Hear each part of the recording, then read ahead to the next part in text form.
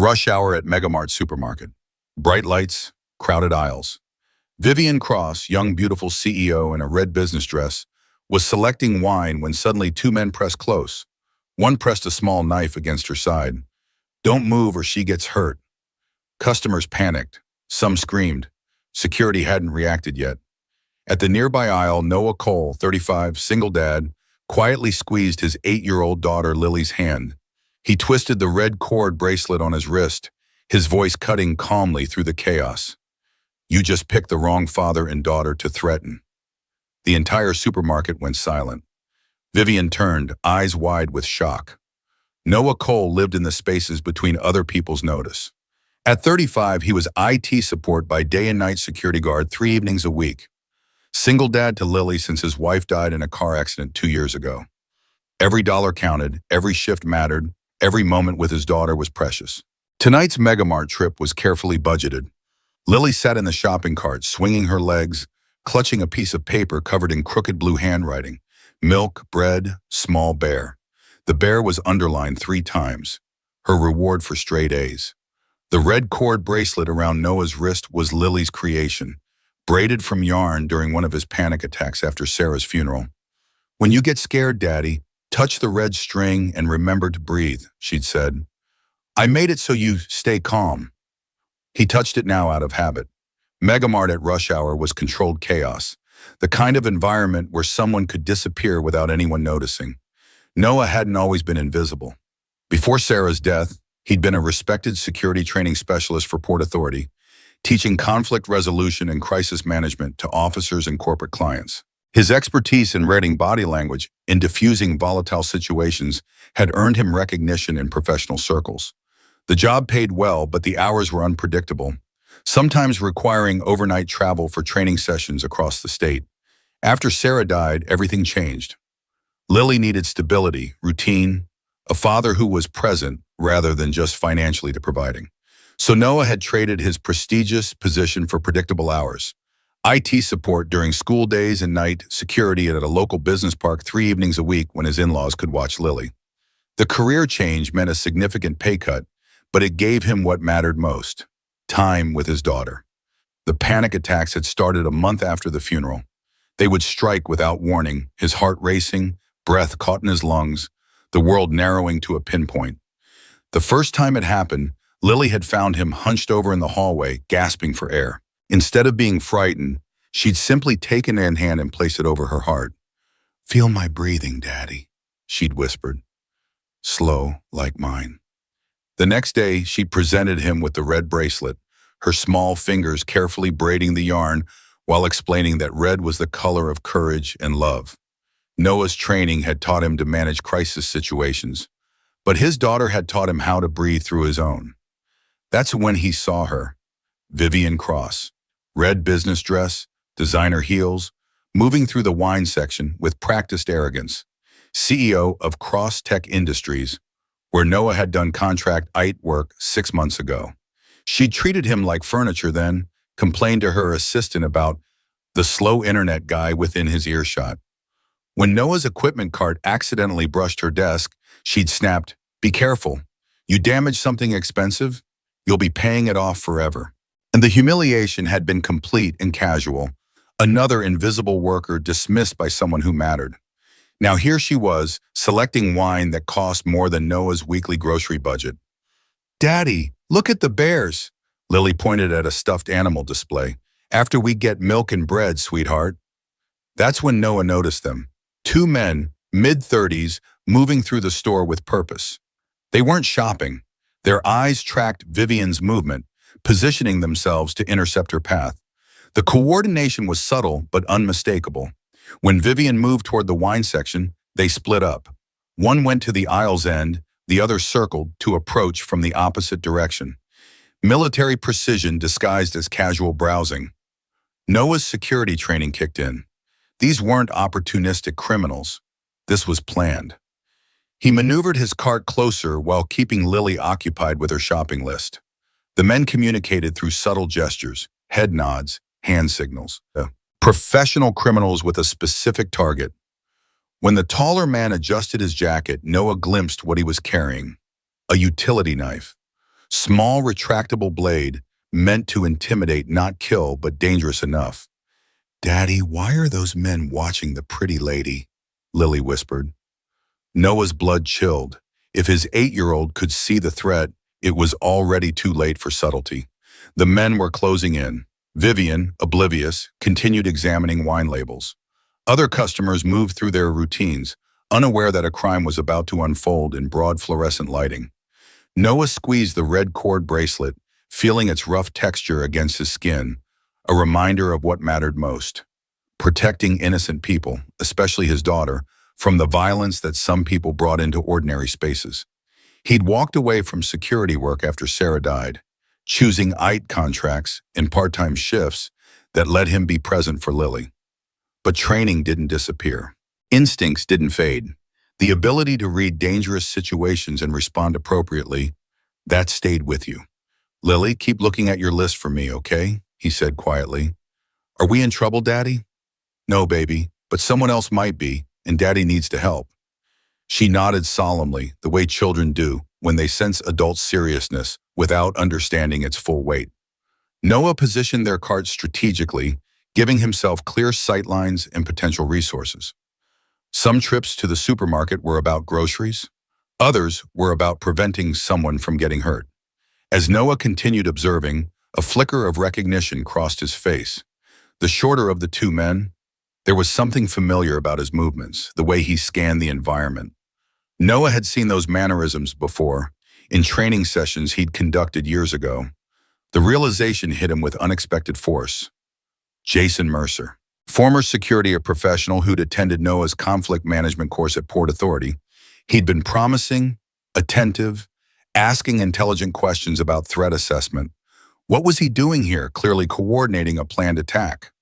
The last Noah had heard, Mercer had lost his job due to budget cuts. He had a wife and young son, had shown Noah photos during a lunch break, proudly describing his boy's little league achievements. How had he gone from dedicated security professional to this? The recognition added a layer of complexity to Noah's mental calculations. He now knew the capabilities of at least one attacker. Mercer had been skilled at physical intervention techniques, but his real strength had been in situation control and crowd psychology, dangerous in a public setting. Noah's pulse quickened, but his outward demeanor remained calm. He drew a deep breath, fingers brushing against Lily's red bracelet. The knowledge of Mercer's identity made intervention more complex. This wasn't just about stopping unknown assailants. This was about confronting someone who had fallen from the same professional world Noah had once inhabited. "There but for the grace of God," a voice whispered in his mind. In the brief moment Noah spent processing this realization, the attackers had moved into position. Mercer stationed himself at the end of the wine aisle, casually examining a bottle while maintaining clear sightlines to his partner. The taller man approached from the opposite direction, timing his steps to intercept Vivian as she reached for an expensive champagne bottle. Noah glanced at Lily, ensuring she was distracted by her shopping list, then made a quick decision. He couldn't leave, couldn't just call security and hope they responded in time. Not when he recognized the precision in the attacker's movements, the practiced coordination that suggested they'd done this before. Not when his 88-year-old daughter might witness violence if things escalated. And not when he recognized one of the attackers as a man who had once sat in his classroom, learning the very techniques he was now employing for criminal purposes. Noah had spent 2 years retreating from the world after Sarah's death, focusing his entire existence on providing stability for Lily. He'd stepped back from confrontation, from risk, from the unpredictability that had once been part of his professional life. But some skills couldn't be unlearned. Some instincts couldn't be suppressed, especially when innocent people were in danger. "Lily," he said softly, "I need you to do something very important for me, okay?" She looked up, blue eyes serious. "Like a mission?" Despite the tension coiling in his chest, Noah smiled. "Exactly like a mission. I need you to stay right here with the cart and count all the red things you can see around you. Don't move until I come back." "But what about our groceries?" "This is more important than groceries right now. Can you be my brave girl and do this for me?" Lily nodded solemnly. "I can count really high." "I know you can, sweetheart." Noah positioned the cart near a display of paper products, partially shielded from the wine aisle. Stay right here and remember our rule about strangers. Don't talk to them, and if anyone tries to make me go somewhere, scream really loud. That's my smart girl. Noah straightened, took a deep breath, and moved toward the wine section. Years of training had taught him to read environments for resources and threats. The supermarket offered both in abundance: glass bottles that could shatter, slick floors that could cause falls, narrow aisles that limited movement but also created choke points, civilian bystanders who could become collateral damage. He approached from an angle that allowed him to maintain visual contact with both Lily and the developing situation. The timing would be critical. Too early, and he might escalate a situation that could still be diffused. Too late, and Vivian Cross might be injured or worse. As Noah moved closer, his mind was calculating distances, angles, potential reactions. What was Mercer's objective here? Simple robbery seemed unlikely given the coordination and target selection. Kidnapping? Possible. Corporate espionage? Most likely given Vivian's position and the professional nature of the operation. The attack came with practiced precision. Vivian had just selected an expensive bottle of champagne when the two men closed in from opposite ends of the wine aisle. The taller one moved first, pressing against her left side while his partner, Mercer, blocked her escape route.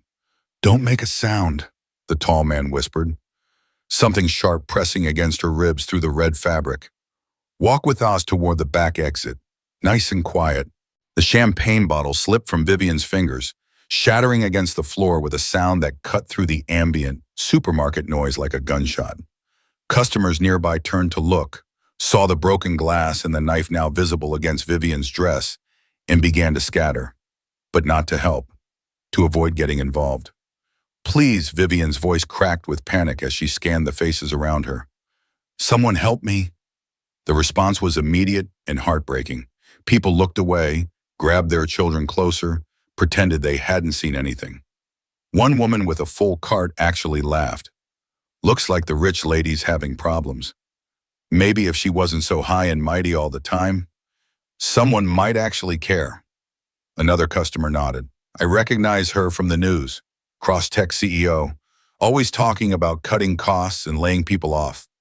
The humiliation stung almost as much as the fear.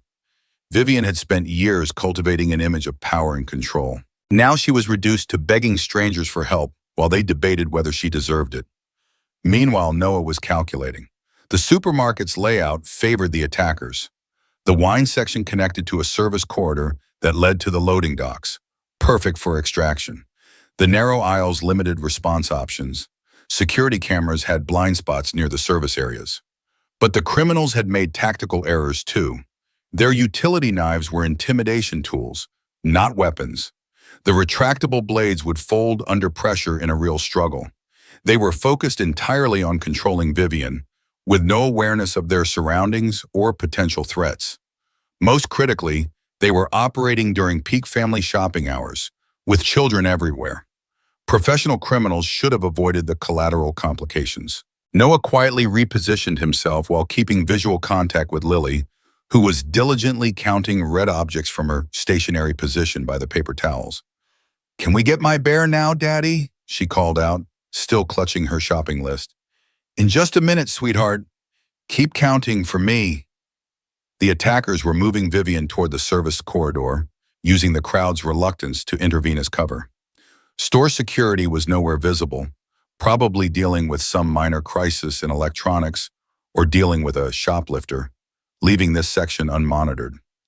That's when disaster struck in the most innocent way possible. Lily's small brown teddy bear, the small bear from her shopping list that she'd been clutching, tumbled out of her hand and rolled directly into the path of the lead attacker. He looked down, annoyed, and kicked it aside with unnecessary force. "Keep your kid's junk out of the way," he snarled at Noah. The comment was casual cruelty, the kind of dismissive rudeness that powerful people showed toward those they considered beneath notice, but it was also a critical mistake. Lily's face crumpled, not just because her toy had been mistreated, but because a bad man had been mean to her daddy. She'd seen enough adults dismiss Noah to recognize the pattern, and it always made her shamed and angry. "That man was mean to you, Daddy," she whispered, loud enough for nearby customers to hear. The observation carried unexpected weight. Several shoppers who'd been avoiding this situation suddenly focused on Noah and Lily, a single father with his young daughter, now being threatened by the same criminals terrorizing the CEO. The dynamic shifted. This wasn't just about Vivian Cross anymore. It was about whether decent people would stand by while criminals hurt a family. But Noah was already moving beyond emotion into tactical assessment. He'd identified his resources: a display of soda bottles that could serve as projectiles, a mop bucket near the customer service desk containing soapy water, paper towels that could be used for restraint or distraction. Most importantly, he'd mapped the lighting angles that would give him advantages without endangering bystanders. The lead attacker was getting impatient with Vivian's resistance. "Move faster, lady, or this gets messy for everyone around here." The threat was clear: hurt the CEO, terrorize the witnesses, escape in the chaos. Classic intimidation escalation when the initial plan hit resistance. "Lily, baby," Noah said quietly, positioning himself between his daughter and the developing crisis. "I need you to close your eyes and count to 20 for Daddy. Is everything okay?" "Everything's going to be okay, but I need you to stay right here and not look until I tell you." He touched the red cord bracelet one final time, feeling the rough texture of his daughter's handiwork. A reminder of what mattered most, what he was willing to protect, and what kind of man he chose to be when violence came to ordinary places. The attackers had made their choice. They'd brought weapons into a space filled with families. They'd threatened an innocent woman. They'd been cruel to his daughter. Now they were about to learn that some fathers were more dangerous than they appeared. "You just picked the wrong father and daughter to threaten," Noah said, his voice cutting clearly through the noise and panic. Every conversation in the supermarket stopped. Every shopper turned to stare. Security cameras recorded everything. And Vivian Cross, who had once dismissed Noah as unworthy of basic respect, found herself looking into the eyes of the only person willing to risk everything to save her life. Everything happened in the space between heartbeats. The lead attacker turned toward Noah, irritation flashing across his face. "Back off, Dad. This doesn't concern you." "Actually, it does." Noah's voice remained perfectly calm as he moved his shopping cart into position. "When you threaten people in front of my daughter, it becomes my concern." The second attacker, Mercer, tightened his grip on Vivian. "Walk away, or your kid sees something she shouldn't." Wrong thing to say. Noah's training kicked in with cold precision. 3 years of night security work hadn't dulled the reflexes he'd developed during his time training conflict resolution for Port Authority. Non-lethal restraint, crowd control, pressure points designed to stop violence without permanent damage. But Noah wasn't at his peak anymore. 2 years of grief had taken their toll. Sleepless nights and skipped meals had hollowed him out in ways that weren't immediately visible. He was still strong, still capable, but not the professional he had once been. The odds weren't in his favor: 2 trained attackers against 1 out-of-practice security expert. Yet something else had replaced his professional edge, something fiercer, more primal. The absolute certainty that he would do whatever necessary to protect his daughter and prevent violence in a place where families shopped. The recognition flashed in Mercer's eyes then, the sudden realization of who Noah was. "Oh? Noah Cole?" The moment of recognition created a fractional hesitation, a split-second opportunity that Noah seized without conscious thought. The first move was simple but effective. Noah grabbed a bottle of soda from the nearby display and shook it hard while unscrewing the cap. The pressurized liquid erupted like a geyser, hitting the first attacker directly in the face. Carbonated soda and artificial coloring created instant disorientation. Stinging eyes, blocked vision, the shock of unexpected assault. While the man clawed at his eyes, Noah moved to the primary threat. The utility knife pressed against Vivian's side was exactly what Noah had expected: a retractable blade designed for intimidation. When Mercer reflexively pulled back to avoid the soda spray, Noah struck the knife hand with the edge of his shopping cart. The impact wasn't hard enough to break bones, but it hit the exact nerve cluster that controlled grip strength. The utility knife clattered to the floor, its cheap blade retracting into the handle on impact. "Get down," Noah commanded Vivian, his voice carrying the authority of someone trained to manage crisis situations. She dropped immediately, years of corporate survival instincts recognizing real leadership when she heard it. Now Noah had clear access to both attackers. The first man was still blinded by soda, stumbling toward the paper towel display. Noah grabbed a handful of the rough brown towels and wrapped them quickly around the man's wrist, creating makeshift restraints, not permanent, but effective enough to control him for the 60 seconds this would take. Mercer, now disarmed but still dangerous, lunged forward with his fist. Noah sidestepped and used the man's momentum against him. A simple redirect learned from years of dealing with drunk and aggressive people during his security shifts. But this time something went wrong. Noah's foot slipped in the spilled soda, throwing off his balance just enough that Mercer's punch connected with his ribs instead of passing harmlessly up. Sharp pain flared along Noah's side, a reminder that he wasn't the professional he once was, that 2 years of grief had eroded more than just his emotional defenses. Mercer pressed his advantage, following with a second punch aimed at Noah's face. Noah barely managed to deflect it, the force still sending him stumbling back against the wine display. Several bottles crashed to the floor, creating a hazardous landscape of glass and liquid. For a heartbeat, doubt flashed through Noah's mind. He wasn't ready for this. He was out of practice, operating on instinct rather than current training. He might fail, might get hurt, might let Lily see her father beaten. The thought of Lily centered him again. He touched the red bracelet, felt its rough texture against his skin. Breathe, he told himself. Breathe and think. Noah's strength had never been in overpowering opponents. It had been in observation, in reading situations and people, in finding unexpected solutions. He scanned his environment with new intensity, noting the spilled wine creating a slick surface, the fallen bottles providing obstacles, the growing crowd of onlookers creating both complications and opportunities. An older man stood at the edge of the crowd, military posture, alert eyes assessing the situation with professional interest. Their gazes met briefly, an unspoken communication passing between them. The man nodded almost imperceptibly and began quietly directing other customers back, creating space, reducing potential collateral damage. Noah recognized another resource, someone with training, someone who understood what was happening. Not direct help, but containment, preparation. Mercer advanced again, more cautious now, recognizing Noah as a genuine threat rather than an inconvenience. You should have stayed with your kid, Cole. This isn't your fight. You brought the fight to my daughter when you kicked her bare, Noah replied, voice steady despite the pain in his side. And when you threatened an innocent woman in a public space. Innocent? Mercer scoffed. You know what her company does? How many lives they destroy with their outsourcing and cost-cutting? People like her don't care about people like us. And this fixes that how exactly. The conversation created a critical delay, seconds for Noah to regain his balance, to calculate his next move, to let the adrenaline override the pain in his ribs.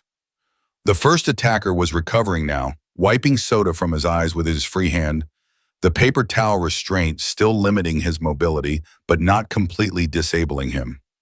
Noah needed to end this quickly, before the situation escalated beyond his control. He feinted left, then dropped low, sweeping Mercer's legs from under him. The move sent fresh pain shooting through Noah's side, but achieved its purpose. Mercer fell hard, the back of his head striking the edge of a lower shelf, not enough to cause serious injury, but sufficient to disorient him momentarily. The first attacker had managed to tear away the paper towel restraint and was reaching inside his jacket, potentially for another weapon. Noah had no time for finesse now. He grabbed the mop bucket from the nearby customer service desk and upended it directly in the man's path. Soapy water, industrial floor cleaner, and the hard plastic rim of the bucket created a perfect storm of disorientation and injury. The man went down hard, slipping on the spreading puddle of cleaning solution. Noah was on him immediately, using another handful of paper towels to secure the man's hands behind his back. Again, not permanent restraints, but enough to keep him controlled until proper help arrived. Mercer was struggling to rise, still dazed from the impact. Noah turned to face him, calculating the risk of approaching versus maintaining distance. The decision was made for him when the older man from the crowd stepped forward, placing a firm boot on Mercer's chest. Stay down, son, the man said calmly with the unmistakable authority of military command. You've made enough bad choices today. Mercer looked up, assessed the newcomer, and wisely decided to remain still. Total elapsed time, 43 seconds. Two attackers neutralized using nothing but supermarket supplies and techniques designed to stop violence rather than escalate it. The store had gone completely silent. Every customer, every employee, every security camera was focused on the single father who had just dismantled a kidnapping attempt using soda bottles and paper towels. Lily peeked around the shopping cart, her eyes wide. "Daddy, did you win?" Noah felt the adrenaline beginning to fade, the pain in his ribs making itself known with greater intensity. He managed a smile for his daughter. "We all won, sweetheart. The bad men can't hurt anyone now." That's when the security guards finally arrived, followed immediately by police sirens wailing in the parking lot. Noah knelt beside Vivian, who was still crouched behind the wine display, shaking. "Are you hurt?" he asked gently. She shook her head, unable to speak. Her perfectly styled hair was disheveled, her expensive dress stained with soda and wine, but she was unharmed. "Sir," one of the police officers approached Noah. "We're going to need a statement about what happened here." Noah reached into his pocket and pulled out his phone, scrolling through the photos he'd taken earlier. "I documented their suspicious behavior starting about 10 minutes ago.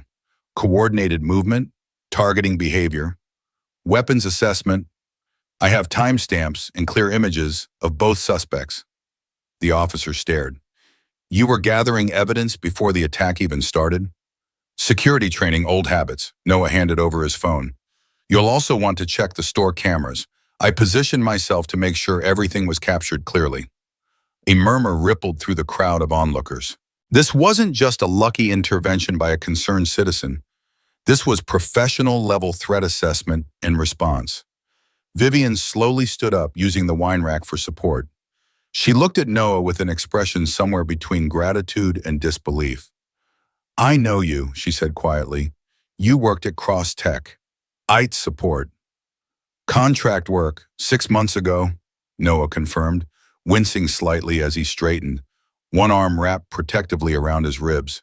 The recognition was dawning on her face, along with something that might have been shame. "I remember. I wasn't very kind to you." Noah shrugged, immediately regretting the movement as pain flared along his side. "You were having a bad day. Everyone has bad days." But the crowd around them was recording everything, and several people had clearly recognized both Noah and Vivian. The story was already being uploaded to social media. The CEO who dismissed the IT contractor, saved by that same man when her life was in danger. "Why the way?" Vivian asked, after the police had taken preliminary statements and paramedics were checking both Noah and the subdued attackers. "After how I treated you, why would you help me?" Noah looked over at Lily, who was carefully coloring on her shopping list and again, adding decorative stars around the words "Small Bear" with her blue crayon. "Because that's what you do when someone needs help.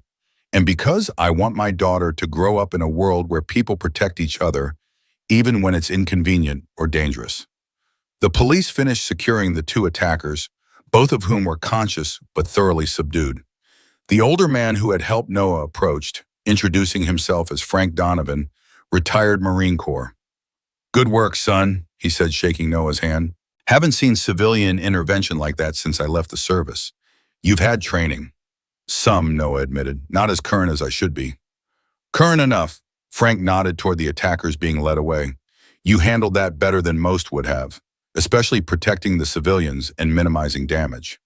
The investigation would later reveal that Mercer and his partner were hired professionals, paid to kidnap Vivian as part of a corporate espionage scheme involving Cross Tech's latest technology patents. But all of that would come later. Right now, in this moment, a supermarket full of witnesses had just watched an invisible single father become a hero, using nothing but everyday items and the quiet courage that came from loving someone more than you feared getting hurt. "Daddy," Lily said, holding up her shopping list, "I added something." Below Small Bear, in careful blue letters, she'd written, "Daddy is brave." Noah's eyes filled with tears as he read it. Some lessons about courage came from textbooks. Others came from watching your father stand up for strangers in the soda aisle of a supermarket. The paramedic finishing her examination of Noah's ribs noticed the exchange. Your daughter's right, she said quietly.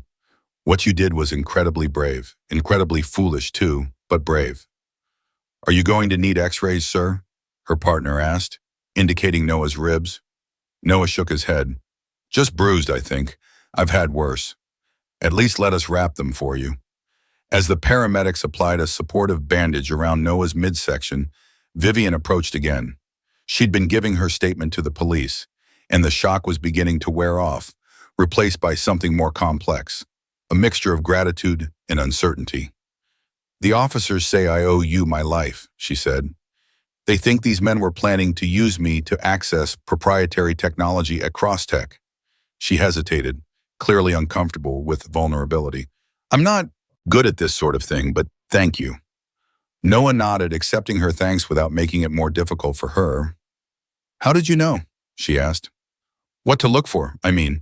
Most people wouldn't have noticed anything wrong until it was too late.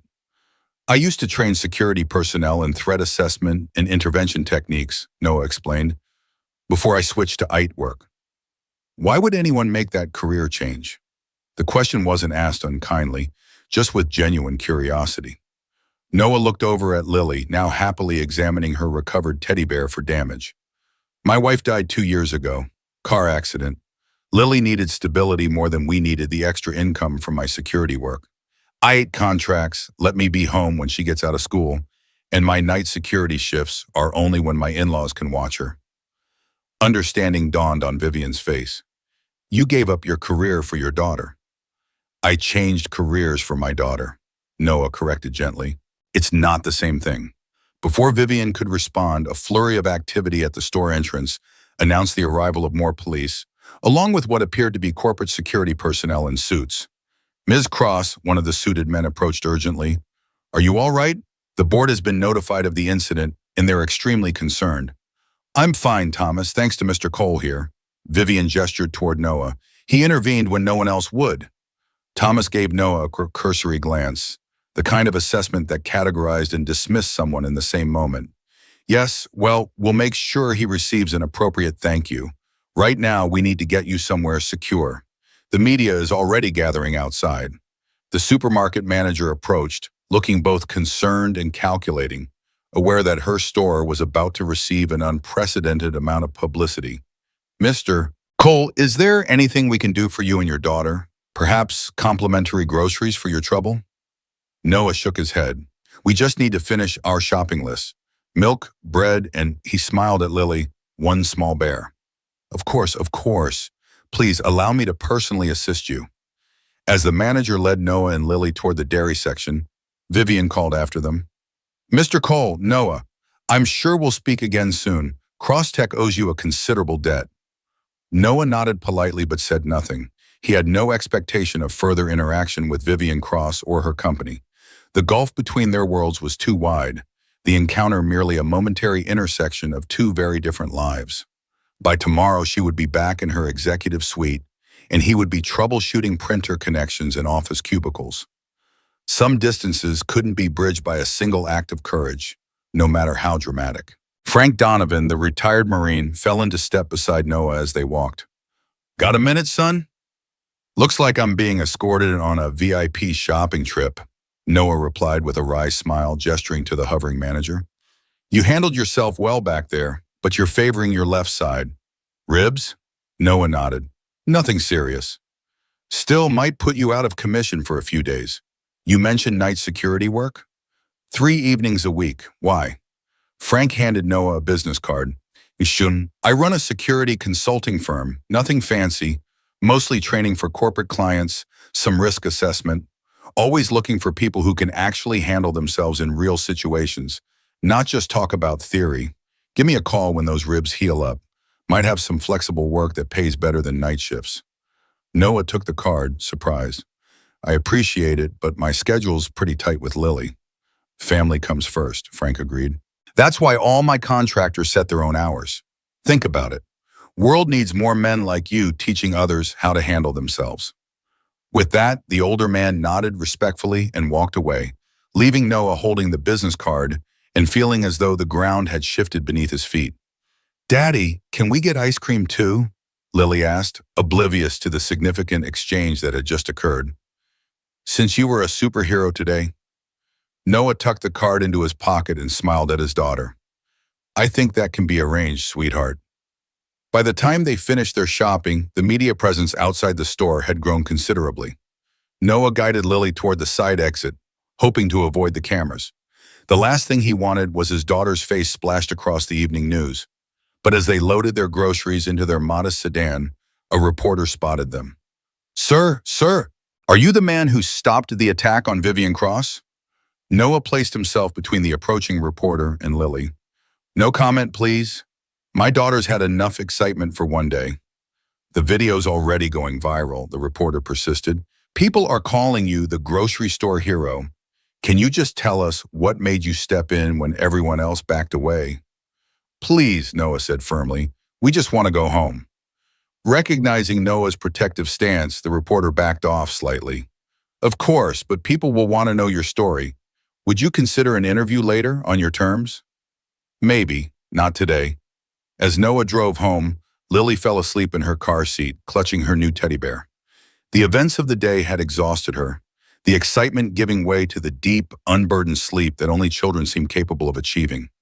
Noah's ribs throbbed with each breath, a painful reminder of how close he'd come to failure. He wasn't as young as he used to be, wasn't as fast or as strong.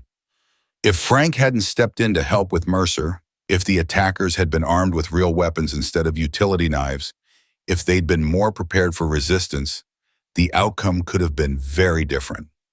Yet despite the pain and the what-ifs circling in his mind, Noah felt something he hadn't experienced in the 2 years since Sarah's death. A sense of purpose beyond mere survival. For years, his entire focus had been on creating stability for Lily, on building a life that was predictable and secure. Today had reminded him that sometimes security came not from avoiding danger, but from facing it directly. As he pulled into the driveway of the small house he and Lily had moved into after selling the family home, too many memories, too much space, too expensive, Noah noticed the message light blinking on his phone. 3 missed calls from numbers he didn't recognize, and 1 text message from his former supervisor at Cross Tech. "Saw the news. Board members asking about you. Call me." Noah silenced the phone and carefully lifted his sleeping daughter from the car. Some things were more important than viral videos or corporate inquiries. Right now, all that mattered was getting Lily into bed and finding enough painkillers to dull the throbbing in his side. Tomorrow would bring its own challenges. For tonight, they were safe. They had each other, and they had successfully completed their shopping list: milk, bread, small bear, and the unwritten item that mattered most: coming home together. The video exploded across every platform within hours.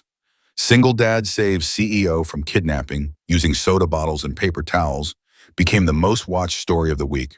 The footage, captured by multiple customer phones, showed everything: the attackers threatening Vivian, Noah's calm response, the takedown using everyday supermarket items, and most powerfully, Lily adding, "Daddy is brave" to her shopping list. The hashtag #CalmDad went viral instantly. Comments flooded in from around the world. "When you threaten someone's family in front of a trained security expert disguised as a grocery dad." Plot twist: the IT guy she fired just saved her life with carbonated beverages. That little girl writing "Daddy is brave" broke me completely. Noah awoke the morning after the incident to an incessant buzzing from his phone. 37 missed calls, hundreds of notifications, and messages from people he hadn't spoken to in years. His email inbox had exploded with interview requests from national news outlets.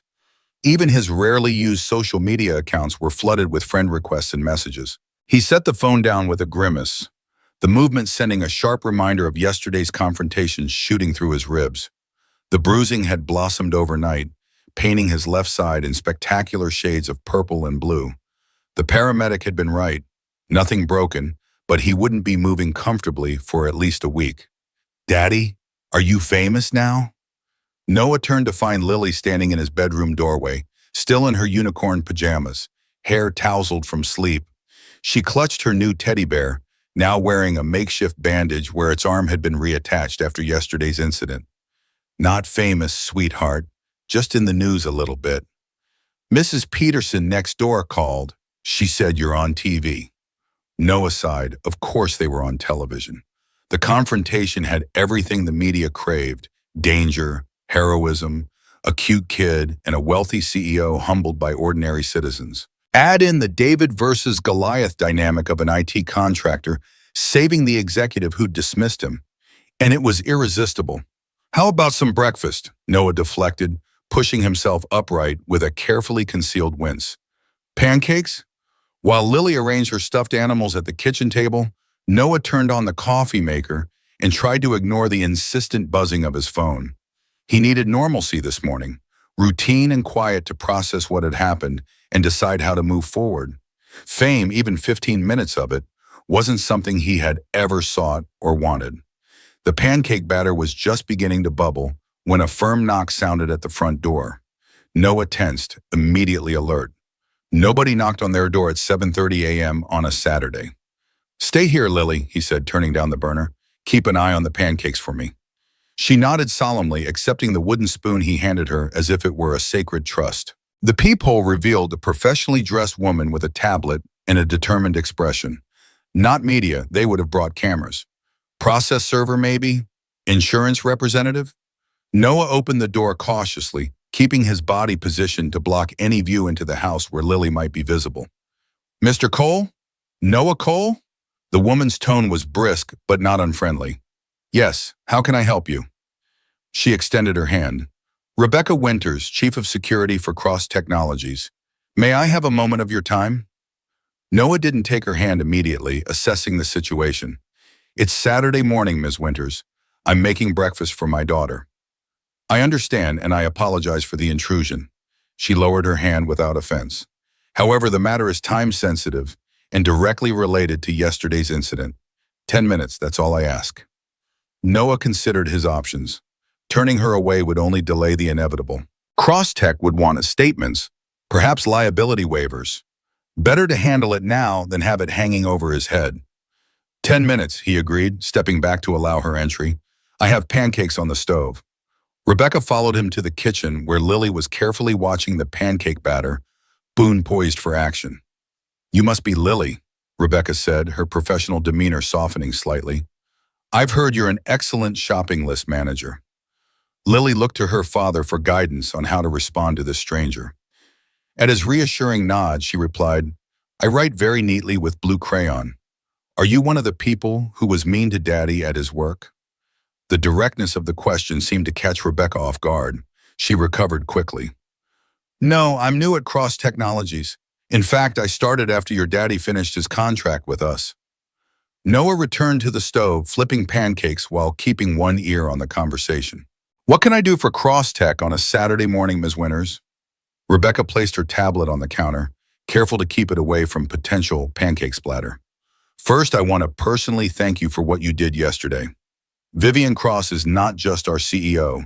She's the driving force behind technology that will revolutionize medical diagnostics. Her kidnapping would have been catastrophic on multiple levels." Noah acknowledged her thanks with a nod as he slid perfect golden pancakes onto Lily's waiting plate. "The investigation revealed the corporate espionage angle?" "Yes, Jason Mercer and his partner were hired by competitors to extract proprietary information. Quite sophisticated operation. They'd been planning it for weeks." She paused, watching as Noah carefully cut Lily's pancakes into manageable pieces. "Which makes your intervention all the more remarkable. You spotted them despite their professional training." "Like I said, old habits." Noah poured more batter onto the griddle. "But I doubt you came here just to thank me." Rebecca's expression turned more serious. "No, I came with a proposition. Crosstech's board held an emergency meeting last night after reviewing both the security footage and our internal protocols. They were disturbed by what they found." "Meaning?"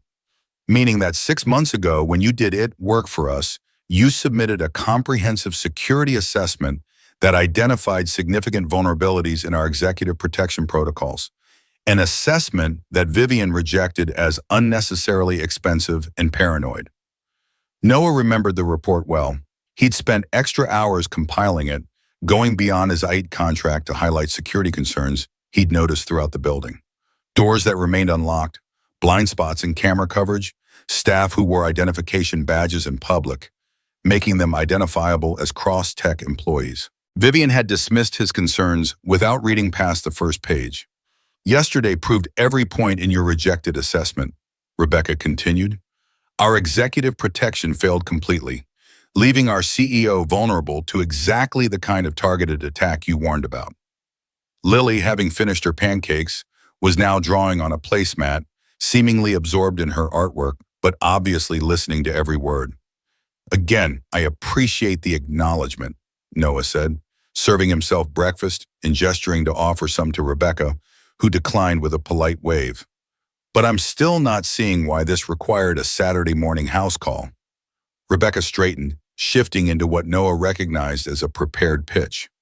The board has authorized me to offer you a position as special security consultant to Cross Technologies, focusing specifically on executive protection and corporate security protocols. Noah paused with his fork midway to his mouth. I'm an IT contractor, Miss Winters.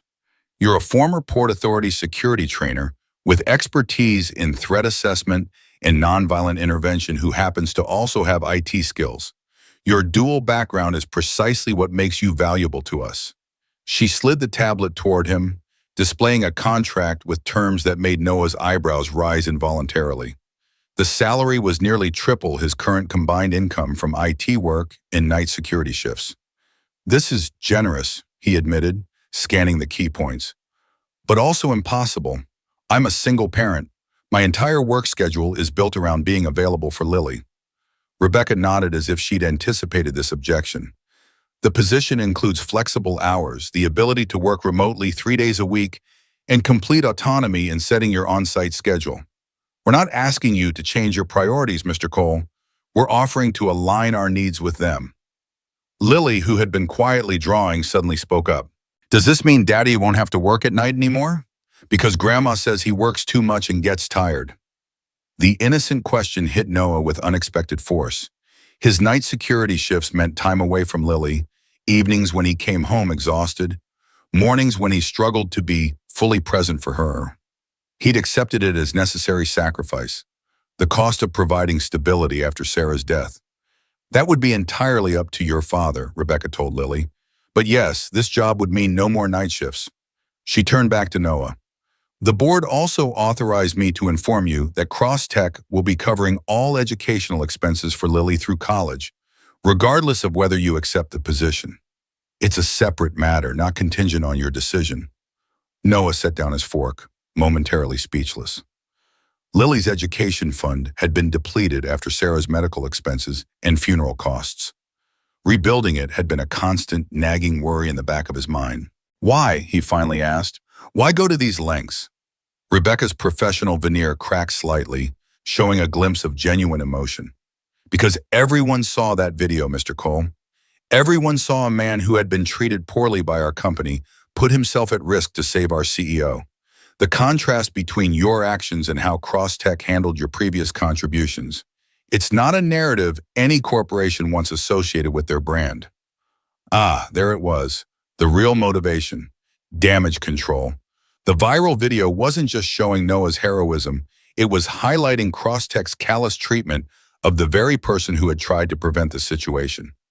So this is about public relations, Noah said, his tone neutral, but his disappointment evident. Partially, Rebecca admitted. I won't insult your intelligence by pretending otherwise. But it's also about recognizing talent and correcting a mistake. Your security assessment was right. Your intervention yesterday was extraordinary. Cross-Tech needs people like you, regardless of what the internet thinks. She stood, gathering her tablet. You don't need to decide now. The offer remains open for 2 weeks. She placed a business card on the table. Call me when you're ready to discuss it further. After Rebecca left, Noah sat at the kitchen table, staring at the business card while Lily finished her drawing. The offer was tempting, and more than tempting. It would solve so many practical problems, provide security for Lily's future, eliminate the exhausting night shifts. Yet something about it felt wrong, as if accepting would somehow validate the system that had dismissed him in the first place. Daddy, look! Lily pushed her drawing across the table. It's us at the store, but the bad men are gone and the pretty lady is smiling. The childish drawing showed three stick figures, a tall one labeled Daddy, a small one with pigtails labeled Me, and a figure in a red triangle dress labeled CEO Lady. All were holding hands with enormous smiles. "That's beautiful, sweetheart," Noah said, his throat suddenly tight. "Why is everyone holding hands?" Lily looked at him as if the answer should be obvious. "Because you helped her, so now she's our friend." That's how it works. The simple, optimistic logic of childhood, where saving someone automatically made them your friend, where past slights could be forgotten in an instant. Noah wished the adult world operated with such straightforward rules of engagement. His phone buzzed again, this time with a text from his mother-in-law. "Turn on channel 7 now." Noah reached for the remote with a sense of dread, switching on the small television in the kitchen. The screen filled with an aerial view of their house, a news helicopter circling overhead like a vulture. "Breaking news this morning as we continue coverage of the dramatic rescue at Megamart yesterday," the announcer's voice declared. "We're live outside the home of Noah Cole, the heroic father who saved tech CEO Vivian Cross from armed kidnappers using only household items found in the supermarket." "Daddy, our house is on TV," Lily exclaimed, both excited and confused. The camera cut to a reporter standing at the end of their driveway, where a small crowd of journalists and curious onlookers had already gathered. "Sources tell us that Cole, a former security specialist who now works in IT support, had previously warned Cross Technologies about security vulnerabilities that left their CEO exposed to exactly this kind of attack. His warnings were reportedly ignored by the company that later hired him as a contractor." Noah switched off the television, his mind racing. This was escalating beyond anything he'd expected. Their home address being broadcast, reporters camped outside, the implied corporate negligence angle, all of it creating a narrative he'd never asked for or wanted. "Are those people going to come to our door?" Lily asked, suddenly less excited and more anxious. "No, sweetheart, we're not going to talk to them." Noah pulled out his phone and dialed his in-laws. Sarah's parents had been his rock since her death, stepping in to help with Lily and providing emotional support when he felt most adrift.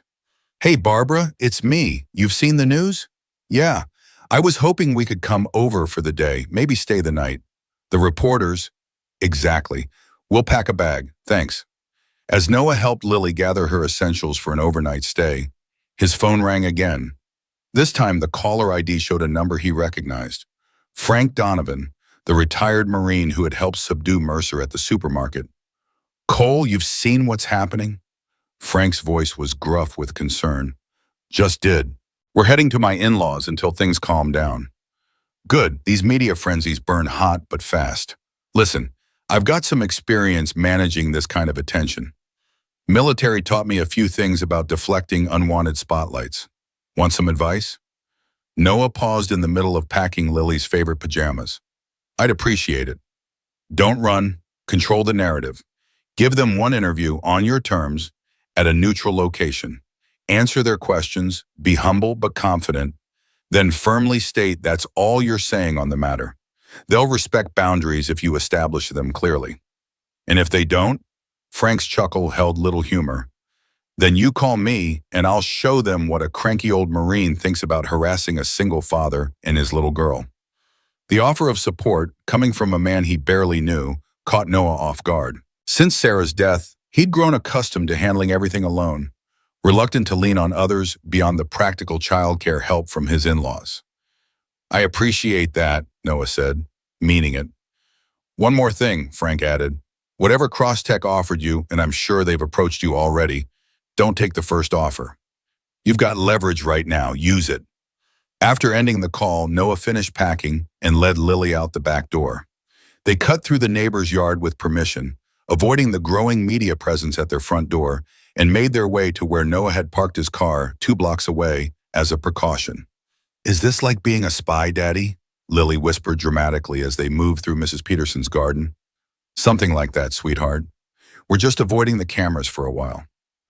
At his in-laws' house across town, Noah finally had a moment to process the morning's events. Barbara and Gerald welcomed them with open arms, immediately whisking Lily off to see the new bird feeder Gerald had built, giving Noah space to think.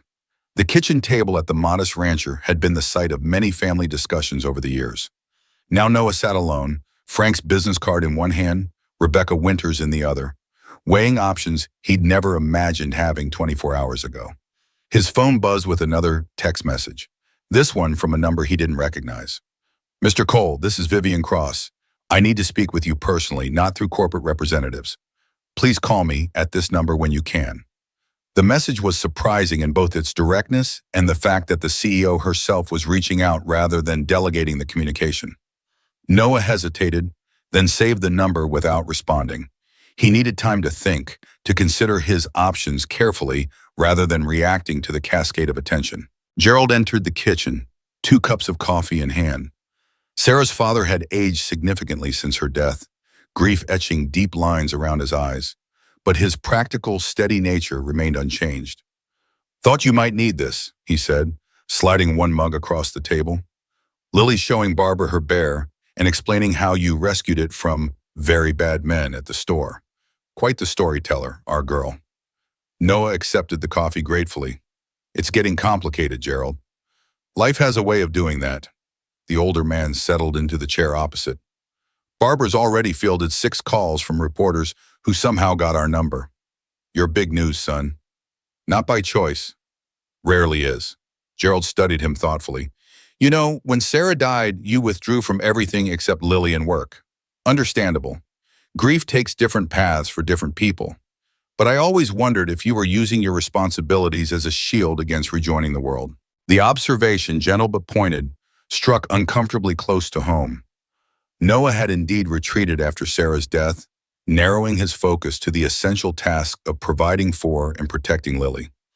It had been safer that way, more controllable. "Maybe," he admitted, "but this isn't exactly the re-entry I would have chosen." Gerald nodded. "Life rarely asks our permission before changing course. Question is, what are you going to do with the opportunity?" "Opportunity?" Noah repeated. "Having reporters camped on my lawn and corporate executives suddenly discovering I exist?" "The opportunity to step back into the larger world, to use the skills you set aside after Sarah died, to show Lily that her father isn't just a protector but a builder, a creator of something beyond just safety." The perspective shift was unexpected. Noah had been viewing the attention as an intrusion, a problem to be managed and then escaped. Gerald was suggesting it might be something else entirely, a doorway rather than an obstacle. Before Noah could formulate a response, his phone rang again. This time the display showed his night security supervisor's number. "Dave, hey," Noah answered, already anticipating the conversation. "Cole, saw you on the news. Impressive work." Dave's voice held genuine admiration. "Listen, hate to add to what I'm sure is a crazy day, but I need to know if you're going to make your shifts next week. Got calls from 3 networks wanting to set up interviews at the business park during your patrol. Can't have that kind of disruption." Noah closed his eyes briefly. Of course the media would track down his workplace. Of course they would try to film him doing his security rounds. The night shift that had been a stable, reliable part of his carefully constructed life was now compromised. "I understand," he said. "Let me think about it and get back to you tonight." "Sure thing. And Cole, whatever you decide, you've got a job here as long as you want it. Not everyone would have done what you did." The conversation left Noah feeling both grateful for Dave's support and increasingly cornered by circumstances beyond his control. His carefully constructed life, the balanced schedule, the manageable routine, the spaces where he could function without drawing attention, was unraveling around him. Gerald, who had been listening to Noah's side of the conversation, pushed a notepad across the table. "Make a list. All the options, all the concerns, all the possibilities. Your mother-in-law swears by it." The suggestion was so practical, so characteristic of Gerald's approach to life, that Noah found himself smiling despite everything. Sarah had inherited that same methodical problem-solving from her father. She would have had a spreadsheet created already, with color-coded categories and weighted decision factors. Sarah would know exactly what to do, Noah said quietly. Gerald's expression softened. "Maybe, or maybe she'd be just as overwhelmed. What I do know is that she'd want you and Lily to thrive, not just survive. She'd want you to use every talent you have, not just the ones that fit neatly into a safe routine. As Noah began jotting down his options, Lily burst into the kitchen, Barbara following behind with an apologetic expression. Daddy, Grandma let me watch TV, and you're on it again. They're showing the video where you made the bad men fall down with soda. Noah set down his pen, accepting Lily onto his lap despite the protest from his bruised ribs. Are they? And what did you think about that? It looks scary, she admitted, but you weren't scared at all. Noah exchanged a glance with Gerald, who raised an eyebrow in silent challenge. How much truth did a child need? How much should be carefully filtered? Actually, I was scared, Noah told his daughter. Being brave doesn't mean not feeling scared. It means doing what's right, even when you are scared. Lily considered this, her small brow furrowed in concentration. Like when I got the shot at the doctor's office, and I was scared, but I did it anyway. Exactly like that. Were you scared when Mommy died? The question came without warning, as children's questions often did, cutting straight to the heart of matters adults carefully circled. Noah felt Gerald and Barbara both watching him, waiting to see how he would navigate this moment. Since Sarah's death, he and Lily had spoken of her often, keeping her memory alive through stories and photographs. But they rarely discussed the raw emotions of that time. I was terrified, Noah admitted, holding his daughter close.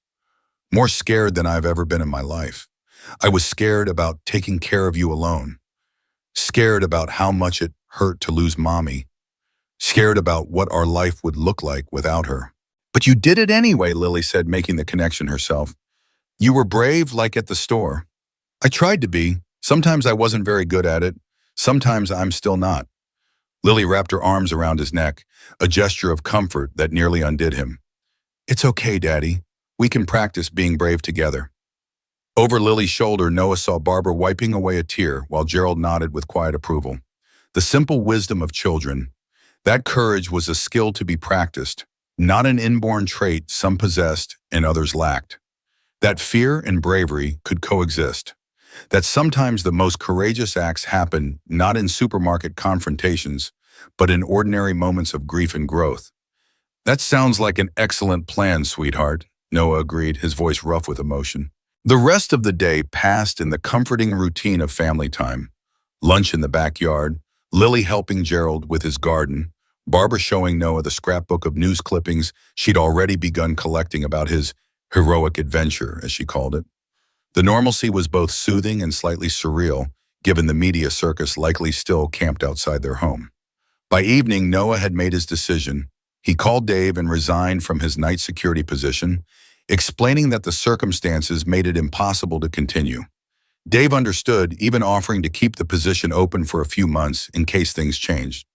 Next, Noah called Frank Donovan, accepting his offer of guidance through the media attention. Smart move, Frank approved. I'll set up one interview, controlled environment, limited time. They get their story, you set your boundaries, everyone moves on. Thank you, Noah said, genuinely grateful. For the help at the store and for this.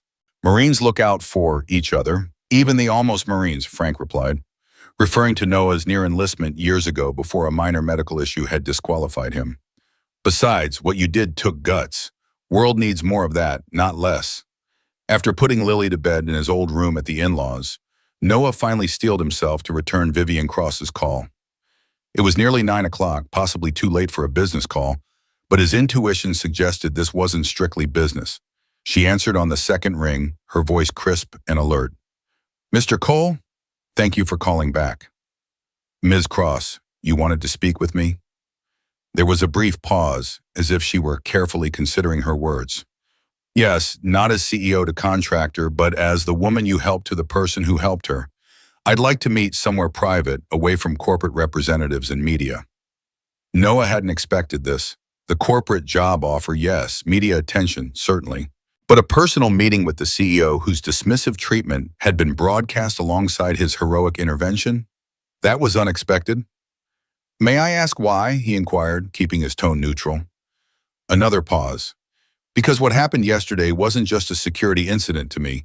It was deeply personal. And your intervention was equally personal. I need to understand why you did it, especially given our previous interaction. The vulnerability in her voice was surprising. Vivian Cross, by reputation and Noah's brief experience, was not someone who admitted to needing anything, especially understanding. All right, he agreed, but I'm staying with family right now, avoiding the media attention, and my daughter is my priority. Of course, would tomorrow evening work? I can come to you wherever is convenient. No assistance, no corporate security, just me. They arranged to meet at a small coffee shop near his in-laws' house, a place unlikely to attract attention from either the media or corporate observers. After ending the call, Noah sat on the back porch watching the stars and trying to make sense of how completely his life had changed in just 36 hours. The next morning brought a fresh wave of media coverage.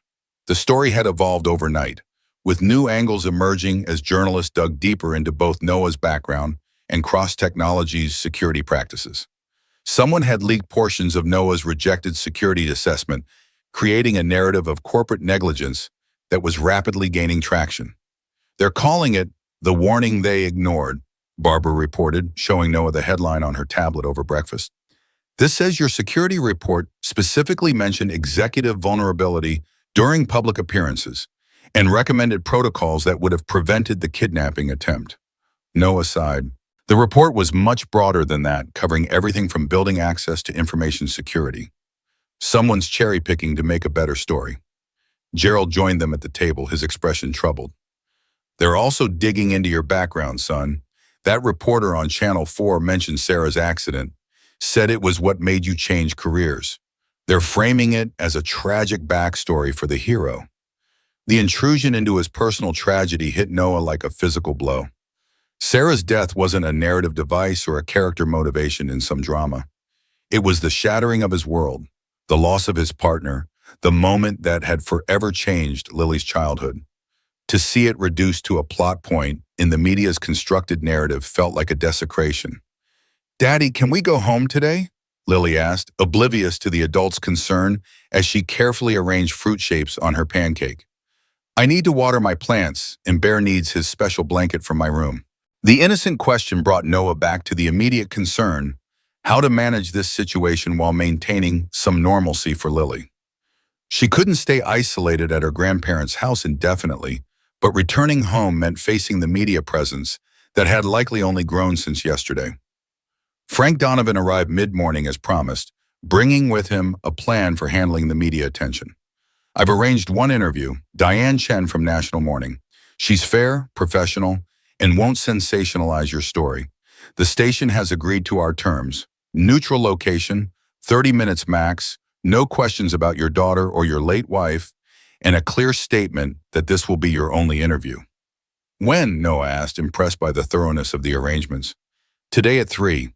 After that, we issue a polite but firm statement that you're declining all other interview requests and asking for privacy as you and your daughter return to your normal routine. And if they don't respect that?" Frank's expression hardened slightly. "Then they deal with me, and I'm a lot less polite when people don't listen the first time." The interview, when it happened, was as professional as Frank had promised. Diane Chen asked thoughtful questions about Noah's security background, his assessment of the situation at Megamart, and his perspective on civilian intervention in potentially dangerous situations. She respected the boundaries regarding Lily and Sarah, focusing instead on the professional aspects of the incident. "Many people are calling you a hero," she said toward the end of their allotted time. "How do you respond to that characterization?" Noah considered the question carefully. "I think hero gets overused these days. I was someone with specific training who recognized a dangerous situation and had the skills to intervene safely. I'd hope anyone with similar capabilities would make the same choice." "But many wouldn't," Diane pressed gently. "Most people, even those with training, hesitate in crisis situations. What made you different?" The question cut closer to personal territory, but Noah sensed it was important to answer honestly. "My daughter was watching. Children learn by example more than instruction. I want Lily to grow up believing that when you have the capacity to help others, you have the responsibility to do so." As Frank had predicted, the single interview strategy worked remarkably well. Having obtained their official statement from the grocery store hero, most media outlets moved on to analyzing the corporate angle, Cross Technologies' security failures, the rejected assessment, The questions about executive arrogance creating unnecessary vulnerability. By evening, Noah and Lily were able to return home, finding only two persistent reporters still camped at the end of their driveway. Frank had arranged for a security service to monitor their property for the next few days, ensuring no trespassing or harassment occurred.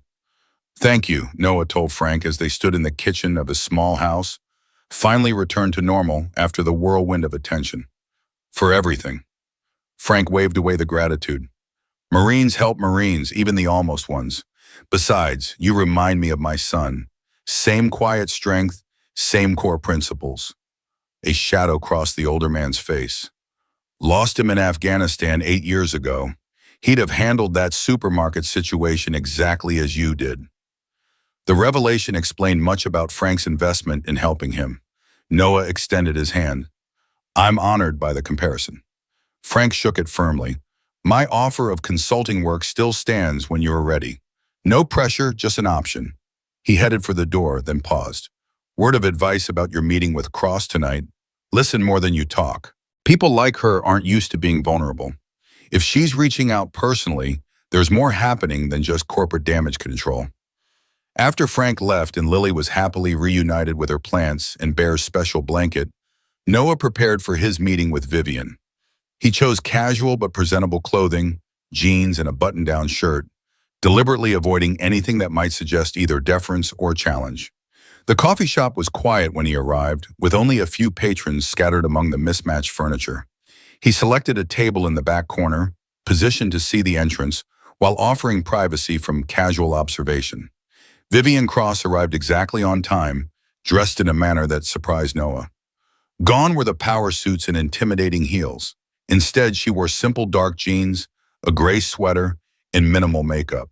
Her hair, usually styled in a sleek corporate bob, was pulled back in a casual ponytail. Without her CEO armor, she looked younger, more approachable, and noticeably uncomfortable. She spotted him immediately, making her way through the tables with purpose, but without her usual commanding presence.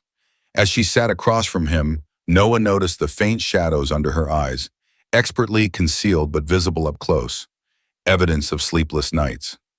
"Thank you for meeting me," she began, hands wrapped around the coffee cup he'd ordered for her based on a remembered preference from her Crosstech office. "Especially given everything." Noah nodded, waiting. Frank's advice echoed in his mind. "Listen more than talk. Let her show her hand first." "I've rehearsed this conversation a dozen times since yesterday," Vivian admitted, a hint of self-deprecating humor in her voice. "Corporate training teaches you to prepare for every interaction, to control the narrative. But I keep coming back to the same question. Why did you help me?" The directness of the question deserved equal directness in response. "Because you needed help." "That's it? After how I treated you at Crosstech? After dismissing your security recommendations? The same ones that might have prevented the entire incident?" Noah considered his answer carefully. "Ms. Cross, Vivian, please. I think we're beyond titles at this point. Vivian, what happened at Megamart wasn't about our previous interaction. It wasn't about balancing scales or proving a point. It was about doing what was right in that specific moment." She studied him with an intensity that suggested she was looking for hidden motives, alternative explanations that would fit more neatly into her understanding of human behavior. "Most people act out of self-interest, Mr. Cole. They calculate advantage, even unconsciously." "Noah," he corrected gently, "and I'm not saying I'm some paragon of selfless virtue, but in that moment, the calculation was simple. I had the skills to help, you needed help, and my daughter was watching me make a choice about what kind of man I am." Vivian's expression shifted subtly, a flicker of something like recognition crossing her features. "Your daughter, Lily, right? How is she handling all this attention?" The question seemed genuine, not a corporate platitude or social nicety. "She's resilient. Children often are. But she has questions I'm not always sure how to answer." "Like what?" "Like why the bad men wanted to hurt you, like why people on TV are saying mean things about your company, like whether you're going to be our friend now because I helped you." Noah smiled slightly at the last one, remembering Lily's drawing. Vivian's composure cracked momentarily, genuine surprise showing through. She asked if we'd be friends. In her world, that's how it works. You help someone, they become your friend. Simple. Nothing simple about it from where I sit. Vivian took a sip of her coffee, gathering her thoughts. The board is in damage control mode. The leaked security assessment has created a perception that I prioritize cost-cutting over safety, that my management style created unnecessary vulnerabilities. And did it? Noah asked, not unkindly. She met his gaze directly. Yes, among other things. The admission clearly cost her, running counter to years of corporate training about never admitting fault or weakness. Noah recognized the effort it represented. My security chief says you've been offered a consulting position, Vivian continued. Did Rebecca explain that I personally authorized the terms, including the educational fund for Lily? She mentioned it was separate from the job offer. It is, regardless of whether you work with Crosstech, that fund is established. It's not a bribe or an inducement. She hesitated, seeming to search for the right words. It's acknowledgement. Of what? Of the fact that I was wrong, about your security assessment, about dismissing your concerns, about treating you like you were beneath notice when you were trying to prevent exactly what happened yesterday. The admission hung between them, simple but profound. Noah had expected corporate spin, careful phrasing that acknowledged without accepting responsibility. This straightforward acceptance of error was unexpected. The thing is, Vivian continued after a moment, that wasn't an isolated incident. The board has been collecting examples of my, let's call it, executive abrasiveness for months. The way I spoke to you was apparently typical of how I treat support staff and contractors. The security incident just brought it all to a head. Noah listened, sensing there was more beneath this confession, something driving this uncharacteristic vulnerability. The board has given me an ultimatum, Vivian revealed, her voice controlled, but with an undercurrent of tension. Demonstrate meaningful change in my leadership approach, or step down as CEO by the end of the quarter. The revelation explained much about this meeting, about the personal approach rather than corporate representatives. Vivian Cross wasn't just facing public embarrassment or corporate damage control. She was fighting for her professional survival. That seems harsh, Noah observed neutrally. Vivian's laugh held little humor. Actually, it's fair. I built Crosstech from nothing, took risks no one else would, drove innovation that transformed medical diagnostics. But somewhere along the way, I started believing that results justified methods, that treating people as tools rather than colleagues was acceptable if it delivered outcomes. She ran a finger around the rim of her coffee cup, a rare gesture of uncertainty from someone known for decisive action. The irony is that I came from nothing, grew up in subsidized housing with a single mother working 3 jobs. I know what it's like to be invisible, to have people look through you rather than at you. Yet somehow I became exactly the kind of person I used to resent. The personal revelation surprised Noah. Nothing in Vivian's public profile suggested this background. She had always been presented as the brilliant wunderkind of tech, the natural genius whose rise was inevitable rather than hard-won. Why are you telling me this? Noah asked finally. Because I need your help again, Vivian admitted, not with physical safety this time, but with something more fundamental. I need someone who will tell me the truth, someone who sees people clearly, someone who understands both corporate security and human dignity. And you think that's me? Based on one incident and a rejected security assessment? Based on the fact that you helped someone who had treated you poorly without expectation of reward or recognition? Based on how you speak about your daughter and what you want her to learn from you? Based on the way you handled that crisis with minimal force and maximum awareness of everyone's safety? She leaned forward slightly. People reveal their true character in how they respond to pressure. You showed yours at Megamart. I showed mine by ignoring your warnings and treating you like you were disposable. Noah considered her words, remembering Gerald's suggestion that this situation might be an opportunity rather than just a disruption. What exactly are you asking me to do? Take the security consultant position, but with expanded scope.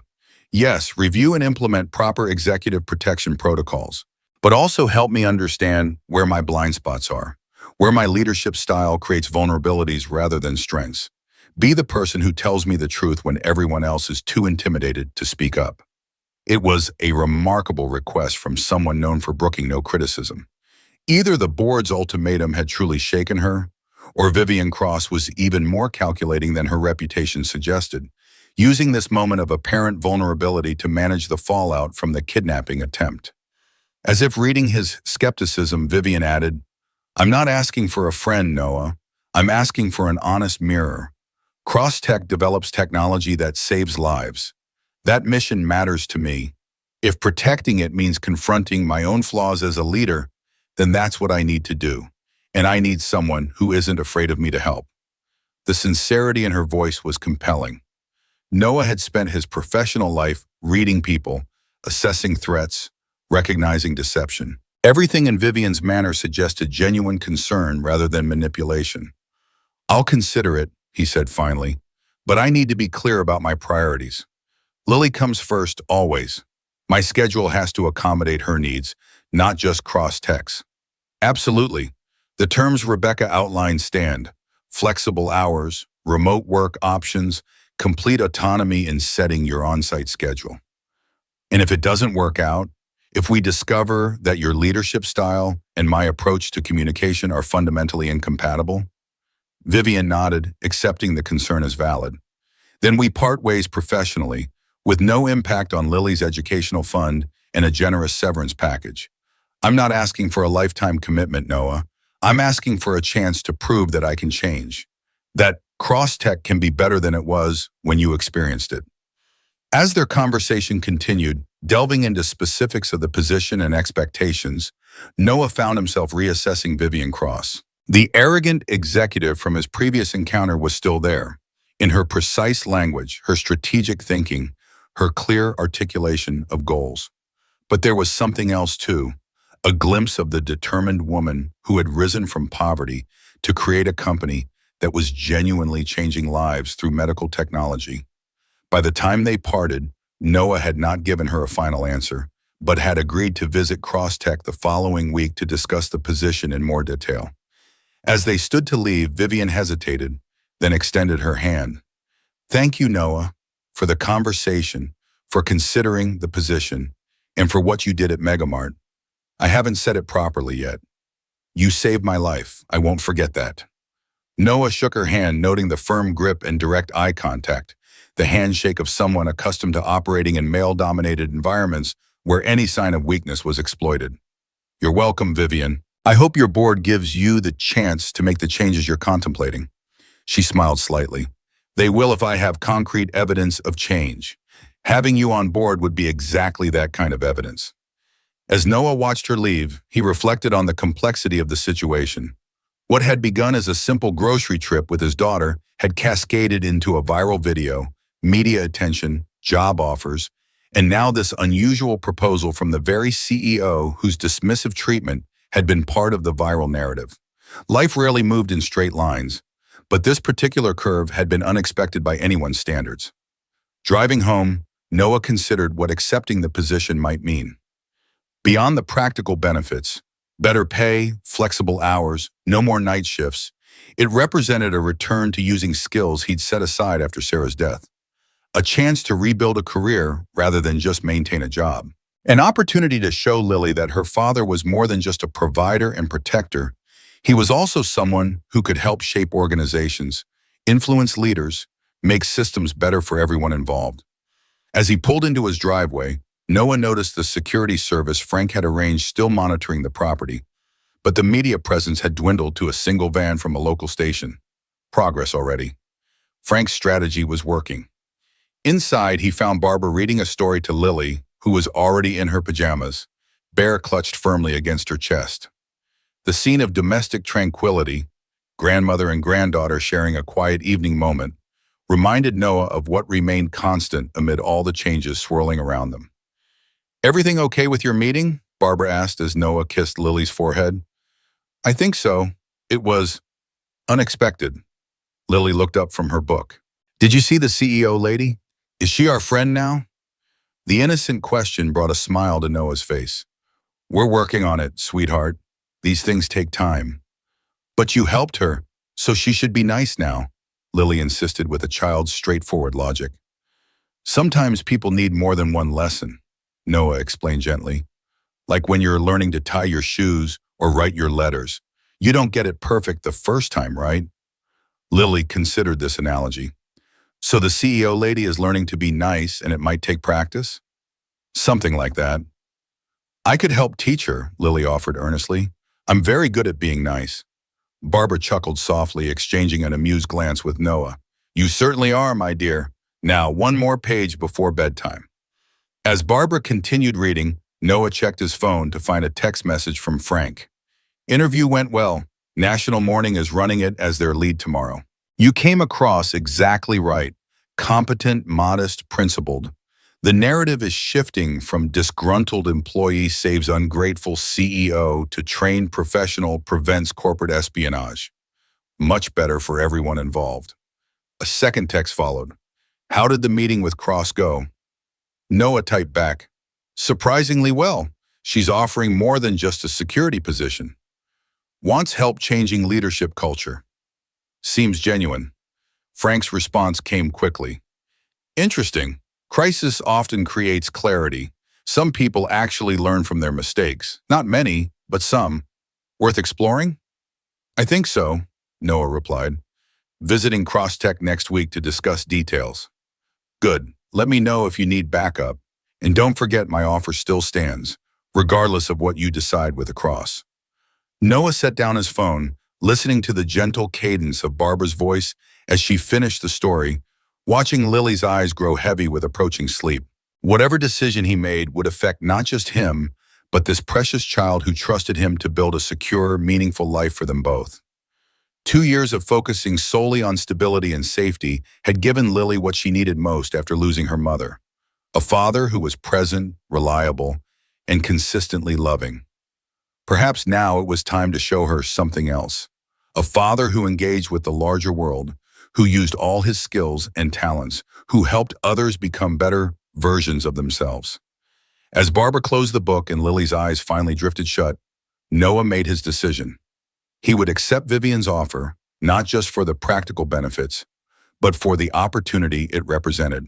A chance to step back into a role where he could make a broader difference, where his particular combination of technical knowledge and human insight could help transform a corporate culture that affected thousands of employees and millions of patients who relied on Crosstech's medical innovations. Sarah would have approved, he thought. She had always believed in second chances, in the possibility of growth and change. She would have seen past Vivian's corporate armor to the determined woman who had risen from poverty and was now facing her own moment of truth about what kind of leader, what kind of person she wanted to be. Tomorrow would bring new challenges. Media attention to manage, a position to formally accept, a new professional identity to construct. But for tonight, Noah was content to watch his daughter sleep, to acknowledge how far they had come since those dark days after Sarah's death, and to feel for the first time in years a sense of possibility rather than just responsibility. The red yarn bracelet Lily had made him still circled his wrist, a constant reminder of what mattered most. But perhaps it could also serve as a reminder that courage took many forms. Sometimes it meant confronting physical danger in a supermarket aisle, and sometimes it meant opening oneself to new possibilities after years of careful retreat. The investigation revealed that the kidnapping attempt was part of corporate espionage targeting Crosstech's latest patents. The attackers were hired professionals working for a competitor trying to force Vivian to reveal trade secrets. Noah's documentation and evidence made the case airtight within days. Meanwhile, Crosstech's board of directors was dealing with their own crisis. The viral footage had exposed more than just a kidnapping attempt. Social media users had quickly identified both Noah and Vivian, digging up the history of her dismissive treatment of contract workers. Comments and interviews from former employees painted a picture of a CEO who regularly belittled support staff. She treated people like they were invisible, one former IT contractor told a news reporter, and now the invisible guy saved her life. The board called an emergency meeting within 48 hours. Ms. Cross, the chairman said coldly, this incident has revealed serious concerns about your leadership style and decision-making. The security consultant you dismissed as unnecessary IT support just prevented your kidnapping and provided evidence that solved a corporate espionage case. Vivian sat silently as the board reviewed Noah's original contract proposals, which had included comprehensive security assessments that she'd rejected as overpriced and unnecessary. You chose to save money on security and treated our contractors with contempt, another board member added. Both decisions nearly cost you your life and exposed our company to industrial espionage. The ultimatum was clear: demonstrate meaningful change in leadership approach by the end of the quarter, or step down as CEO. For the first time in her career, Vivian Cross faced a professional crisis she couldn't simply power through with brilliance and determination. Noah, meanwhile, was wrestling with his own decision. After meeting with Vivian and seeing her genuine desire to change, he had tentatively agreed to accept the security consultant position with expanded scope. Now, 3 days later, he stood in front of Cross Technologies' gleaming headquarters, Lily's educational fund paperwork completed and signed, employment contract in his hand, ready to begin his first official day. The security guard at reception did a double take when Noah presented his new credentials. "You're the guy from the supermarket," he said, eyes widening in recognition. "The one who saved Ms. Cross with the soda bottles." Noah nodded, already growing accustomed to these moments of recognition. "That's me." "Man, what you did." The guard shook his head in admiration. "I've been in security 15 years and don't know if I'd have had the presence of mind to handle it that way." "Respect, sir." "Just applied my training," Noah replied modestly. "Still," the guard handed back his credentials with something like reverence. "They're expecting you on the executive floor. Elevator to your right." As Noah rode up to the top floor of the building, he reflected on how differently he was being treated compared to his previous contract work at Crosstech. Then he had been barely noticed, accessing the building through service entrances, working in server rooms, and under desks, invisible to the executives whose technology he maintained. Now he was heading to the executive floor with an access badge that opened every door in the building. Rebecca Winters was waiting when the elevator doors opened. The security chief's expression was professional, but genuinely pleased. "Welcome aboard, Noah. Glad you decided to join us." She extended her hand, which Noah shook firmly. "Your office is ready, security credentials are fully activated, and Ms. Cross is expecting you at 10 for your first consultation." Noah followed Rebecca down a hallway lined with glass-walled offices, noting that his new colleagues were trying not to stare at him. The grocery store hero had apparently achieved minor celebrity status even within Crosstech. His office, an actual office, not a cubicle or shared workspace, was surprisingly comfortable. Large windows offered a view of the city, the furniture was ergonomic and high quality, and a state-of-the-art computer setup awaited his customization. "This seems excessive for a consultant," Noah commented, setting down his modest briefcase on the desk. Rebecca's expression turned slightly apologetic. Vivian insisted, said, "If we're asking you to help transform executive culture, you need to operate from a position of equal status, hence the corner office on the executive floor." The symbolism wasn't subtle. Vivian was making a statement to her entire organization about Noah's role and importance, perhaps overcompensating for her previous dismissive treatment. "There's one more thing," Rebecca added, handing him a tablet. "Your first assignment, directly from Vivian. She wants a comprehensive security review, focusing initially on executive protection protocols, but eventually expanding to all aspects of corporate security." Noah scrolled through the document, noting the extraordinary scope and authority he was being granted.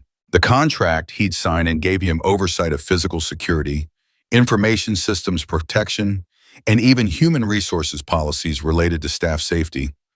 It was far beyond what he had expected. "This is extensive," he said, trying to mask his surprise. The board insisted on full authorization. After what happened at Megamart, they don't want any half measures. Rebecca's professional demeanor slipped slightly, allowing a hint of candor. "Between us, they're using this opportunity to rein in Vivian's more autocratic tendencies. Your role represents a check on her authority that didn't exist before." Noah frowned. "I didn't agree to be a corporate pawn in boardroom politics." "Which is exactly why they want you," Rebecca replied. "You're the one person who has demonstrated both the ability to stand up to Vivian and a genuine interest in protecting her. That's a unique combination." Before Noah could respond, his phone buzzed with a text from the after-school program where Lily spent afternoons while he worked. New pickup time confirmed. Have a great first day, Mr. Cole. The simple message grounded him, reminding him why he had accepted this position. Not for the prestige or the politics, but for the practical benefits it offered to his family. Flexible hours that aligned with Lily's schedule, excellent compensation, and the security of knowing her education was provided for. I should prepare for my meeting with Ms. Cross, Noah said, effectively ending the conversation. Rebecca nodded, recognizing his desire to process this information privately. Of course, my team is at your disposal if you need anything. And Noah, despite the politics, this is a good thing you are doing. Cross-Tech develops technology that saves lives, making the company safer and healthier benefits everyone. After she left, Noah spent the next hour reviewing security protocols, comparing them with his original assessment from 6 months ago. Little had changed since then. The same vulnerabilities existed, the same procedural gaps, the same over-reliance on reactive rather than preventive measures. At precisely 10 o'clock, his phone buzzed with a message from Vivian's assistant. Mr. Cross is ready for you now. The CEO's office occupied the corner of the executive floor, with floor-to-ceiling windows offering panoramic views of the city. When Noah entered, Vivian was standing at the window, gazing out at the urban landscape. She turned as the door opened, and Noah was struck by the transformation since their coffee shop meeting. Gone was the casual, vulnerable woman in jeans and a sweater.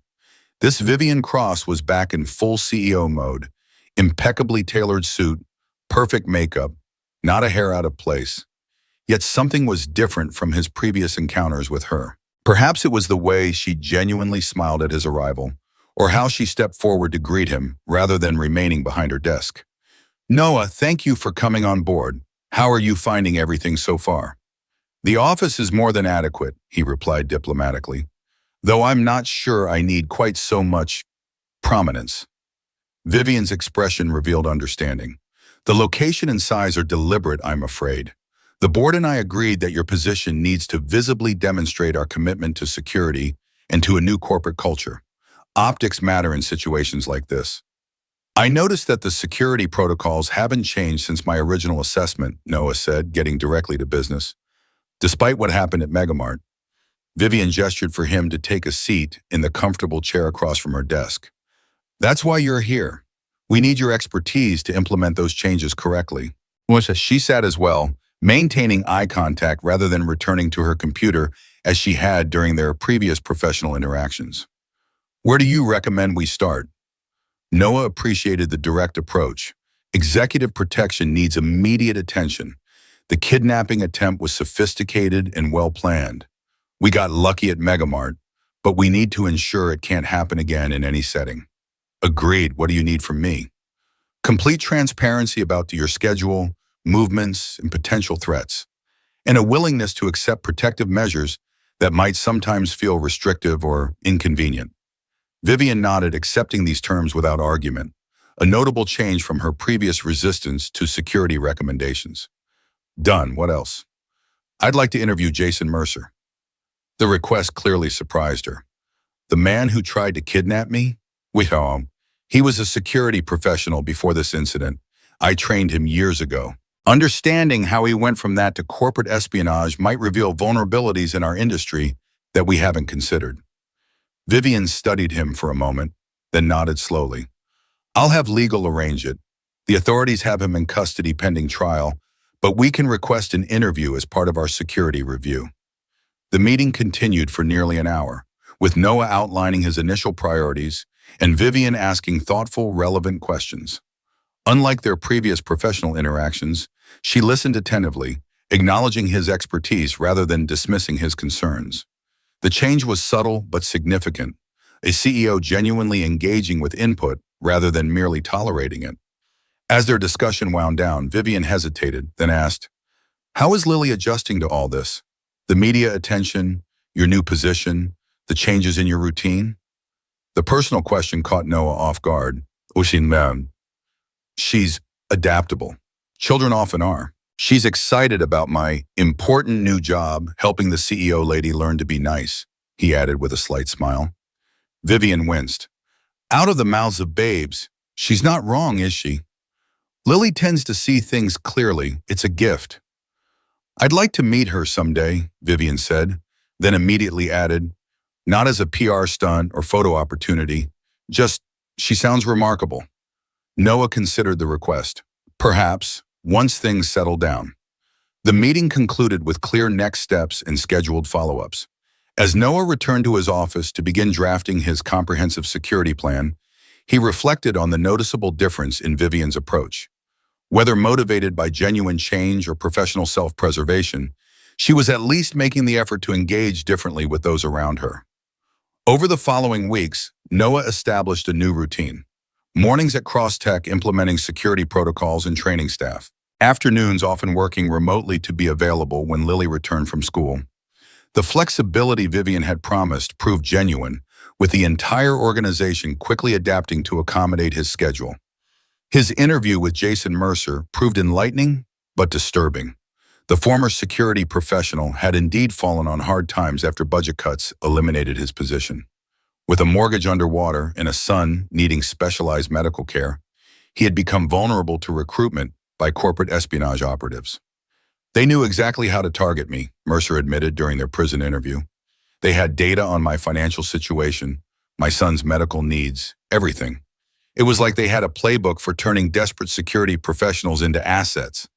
The revelation prompted Noah to add a new element to his security assessment: vulnerability screening for all security personnel, with support systems for those facing personal crises. It wasn't just about preventing potential insider threats. It was about protecting people from being exploited during their most vulnerable moments. Vivian approved the initiative immediately, adding resources beyond what Noah had requested. We should extend this to all employees, not just security personnel, she suggested. Financial hardship and personal crisis can make anyone vulnerable to exploitation. The proposal showed a level of empathy and foresight that surprised Noah. When he mentioned this to Frank Donovan during one of their regular check-in coffees, the retired Marine nodded thoughtfully. Near-death experiences change people, Frank observed. Some get defensive, double down on control. Others have genuine epiphanies about what matters. Sounds like your CEO might be in the second category. Maybe, Noah acknowledged, still cautious about attributing too much transformation to Vivian too quickly. Or maybe she's just very good at playing the role the board needs to see right now. Time will tell, Frank said. Always does. The most significant test of Vivian's commitment to change came 6 weeks into Noah's tenure at Crosstech. The company was preparing to announce a breakthrough in their medical diagnostic technology, a portable device that could detect early markers of pancreatic cancer from a simple blood test, potentially saving thousands of lives through early intervention. The announcement event would be Vivian's first major public appearance since the kidnapping attempt. Security planning was extensive, with Noah personally overseeing every detail. 2 days before the event, Vivian called him into her office. I've been reviewing the security protocols for Thursday's announcement, she began, gesturing to the documents on her desk. They're extremely thorough. That's the idea, Noah replied, sensing there was more to this conversation than simple acknowledgement. They're also extremely visible, Vivian continued. Security personnel everywhere, restricted access, metal detectors, the work. After what happened at Megamart, I know, she interrupted. The precautions are justified, but they send a message of fear rather than confidence. This announcement should be about hope, a medical breakthrough that will save lives. Instead, it'll look like a fortress. Noah considered her perspective. What are you suggesting? A balance. Maintain the core security measures, but make them less obvious. I don't want patients and medical professionals walking into what feels like a military checkpoint. 6 weeks ago, this would have been a directive rather than a discussion. The old Vivian would have simply overruled his security plans with corporate authority. This Vivian was engaging, explaining her concerns, seeking compromise rather than demanding compliance. We can adjust the visible elements, Noah said after careful consideration. Keep the essential protections in place, but make them more discreet. It will require additional planning and probably more personnel behind the scenes. Whatever resources you need, Vivian agreed immediately, and thank you for considering the emotional impact of security measures, not just their effectiveness. The exchange left Noah thoughtful. It represented exactly the kind of balanced leadership he had hoped to encourage, concern for public perception and emotional experience alongside practical security considerations. Vivian was demonstrating growth, finding middle ground between the dismissive arrogance of the past and the excessive caution that might have emerged after her traumatic experience. The announcement event proceeded flawlessly. Security was present but unobtrusive. The medical breakthrough took center stage, and Vivian delivered a compelling presentation that emphasized the technology's life-saving potential without excessive corporate promotion.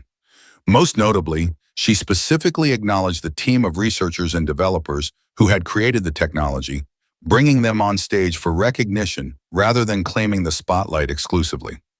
That evening, as Noah was reviewing security logs from the event, he received an unexpected text message from Vivian. "Successful day. None of it would have happened without your intervention at Megamart. Thank you again." The simple acknowledgement was another sign of change, a CEO taking a moment for personal gratitude rather than moving immediately to the next challenge or opportunity. Noah showed the message to Lily as he tucked her into bed that night. "See," she said with 8-year-old certainty, "the CEO lady is learning to be nice, just like I said." "It seems that way," Noah agreed, smiling at his daughter's straightforward assessment. "Does that make you happy, Daddy?" The question gave him pause.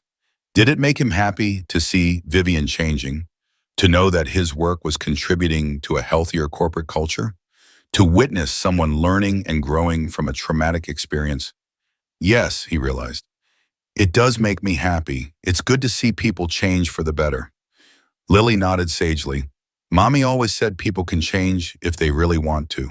She told me that's why she became a doctor, to help people change from sick to better. The mention of Sarah and her medical career brought a bittersweet smile to Noah's face. Your mommy was very wise.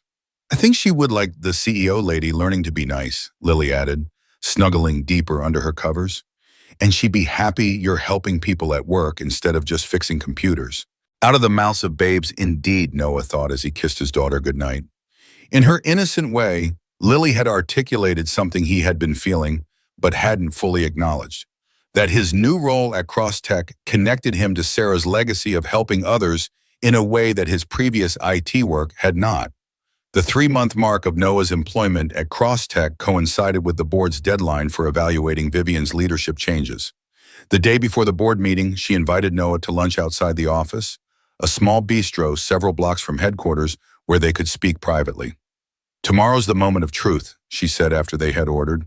The board reviews my progress and decides whether I remain as CEO. Noah nodded. How do you think it will go? Objectively, the metrics are positive. Employee satisfaction up 22%, retention improved, security protocols strengthened without impeding innovation, the new diagnostic technology launching ahead of schedule. She twisted her water glass slowly, a rare gesture of nervousness. But boards aren't always objective. There are members who've wanted me gone for years, who see me as too controlling, too focused on my vision rather than shareholder value. And what do you think? Noah asked. Forget the board for a moment. How would you evaluate your own progress? The question seemed to surprise her. Vivian sat back, truly considering it rather than offering a prepared response. I've changed, she said finally. Not just professionally, but personally.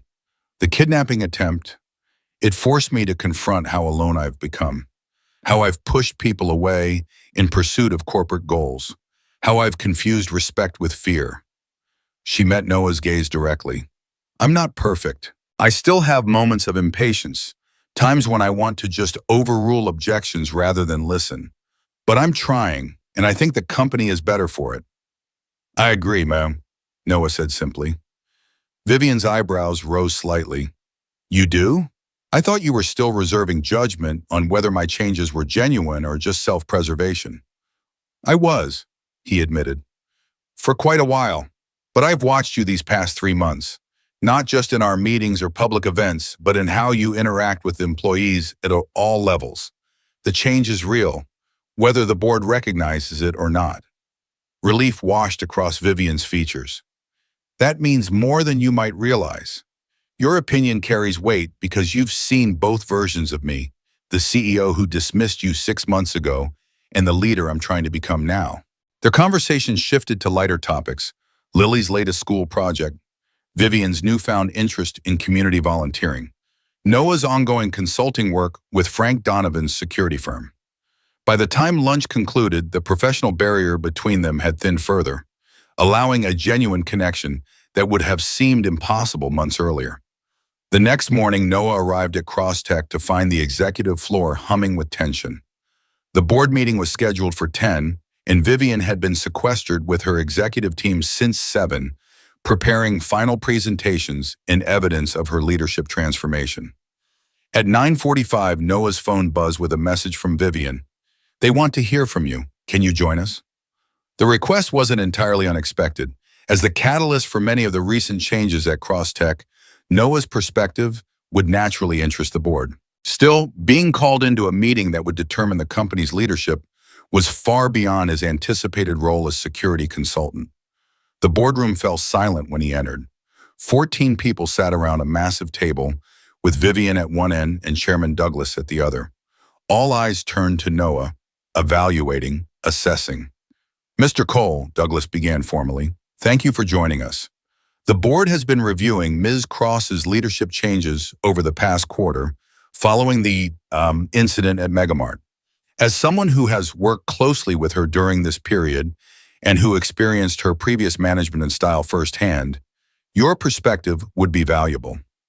Noah took the empty seat they indicated, aware that his words could significantly impact Vivian's future.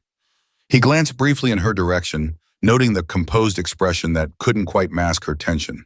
"What would you like to know specifically?" Noah asked, addressing the entire board rather than just the chairman.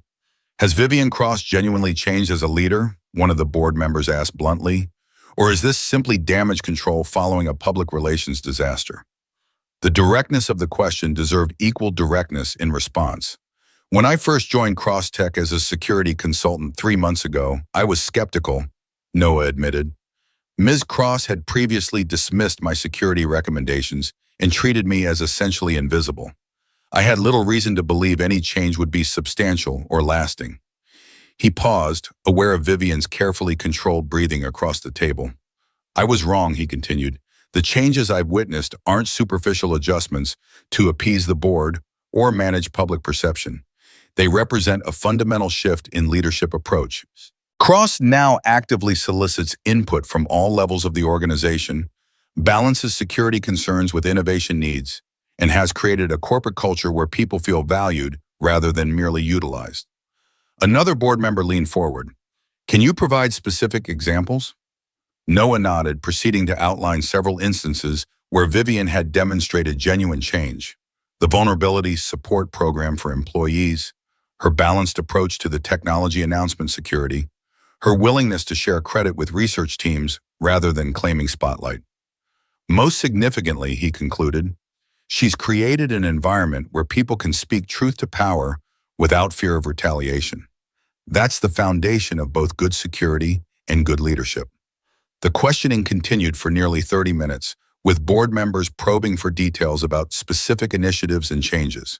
Throughout, Noah provided honest, balanced assessments, acknowledging areas still needing improvement while emphasizing the substantial progress already achieved. Finally, Chairman Douglas thanked him for his input and suggested he could return to his regular duties while the board deliberated. As Noah rose to leave, he caught Vivian's eye briefly.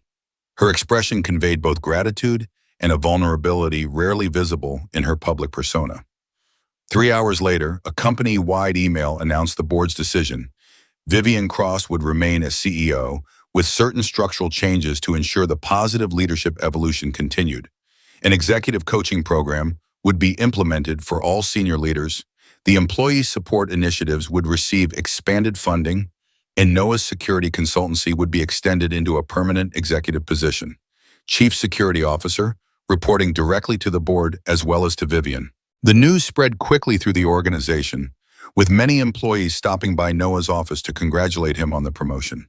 He accepted their good wishes graciously while trying to maintain focus on completing the security protocol updates he'd been working on when the announcement came through. At 5 o'clock, as he was preparing to leave for the day to pick up Lily from her after-school program, his office door opened to reveal Vivian. "Do you have a minute?" she asked, her professional demeanor now relaxed, the tension of the day's events finally dissipating. Of course, Noah replied, gesturing to the chair across from his desk. Congratulations on the board's decision. Thank you, both for that and for your testimony today. Vivian sat, smoothing her skirt in a rare nervous gesture. You could have been much more critical.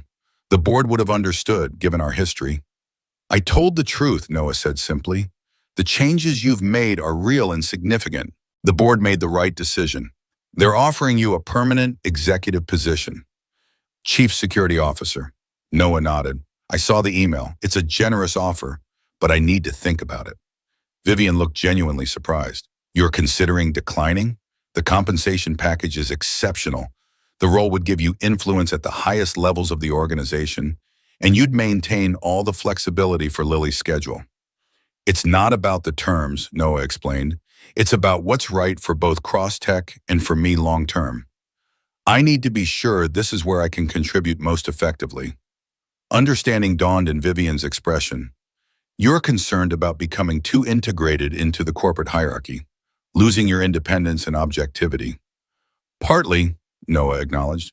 The value I bring is partly because I'm not fully embedded in corporate culture or politics. Making me an executive risks changing that dynamic. Vivian considered his perspective thoughtfully. What if we structured it differently? Keep the consulting arrangement, but with guaranteed tenure and board-level reporting. You maintain independence while still having the authority and resources to implement necessary changes. The suggestion showed how well Vivian had come to understand both Noah's concerns and his professional values. That could work, he agreed. I'll need to review the specifics, but the approach makes sense. Good. Vivian's relief was evident. I'll have legal draft the revised proposal tomorrow. She hesitated, then added, there's something else I wanted to discuss, something more personal. Noah raised an eyebrow in silent question. The company's annual charity gala is next month. It benefits pediatric cancer research. I was wondering if you and Lily might attend as my personal guests.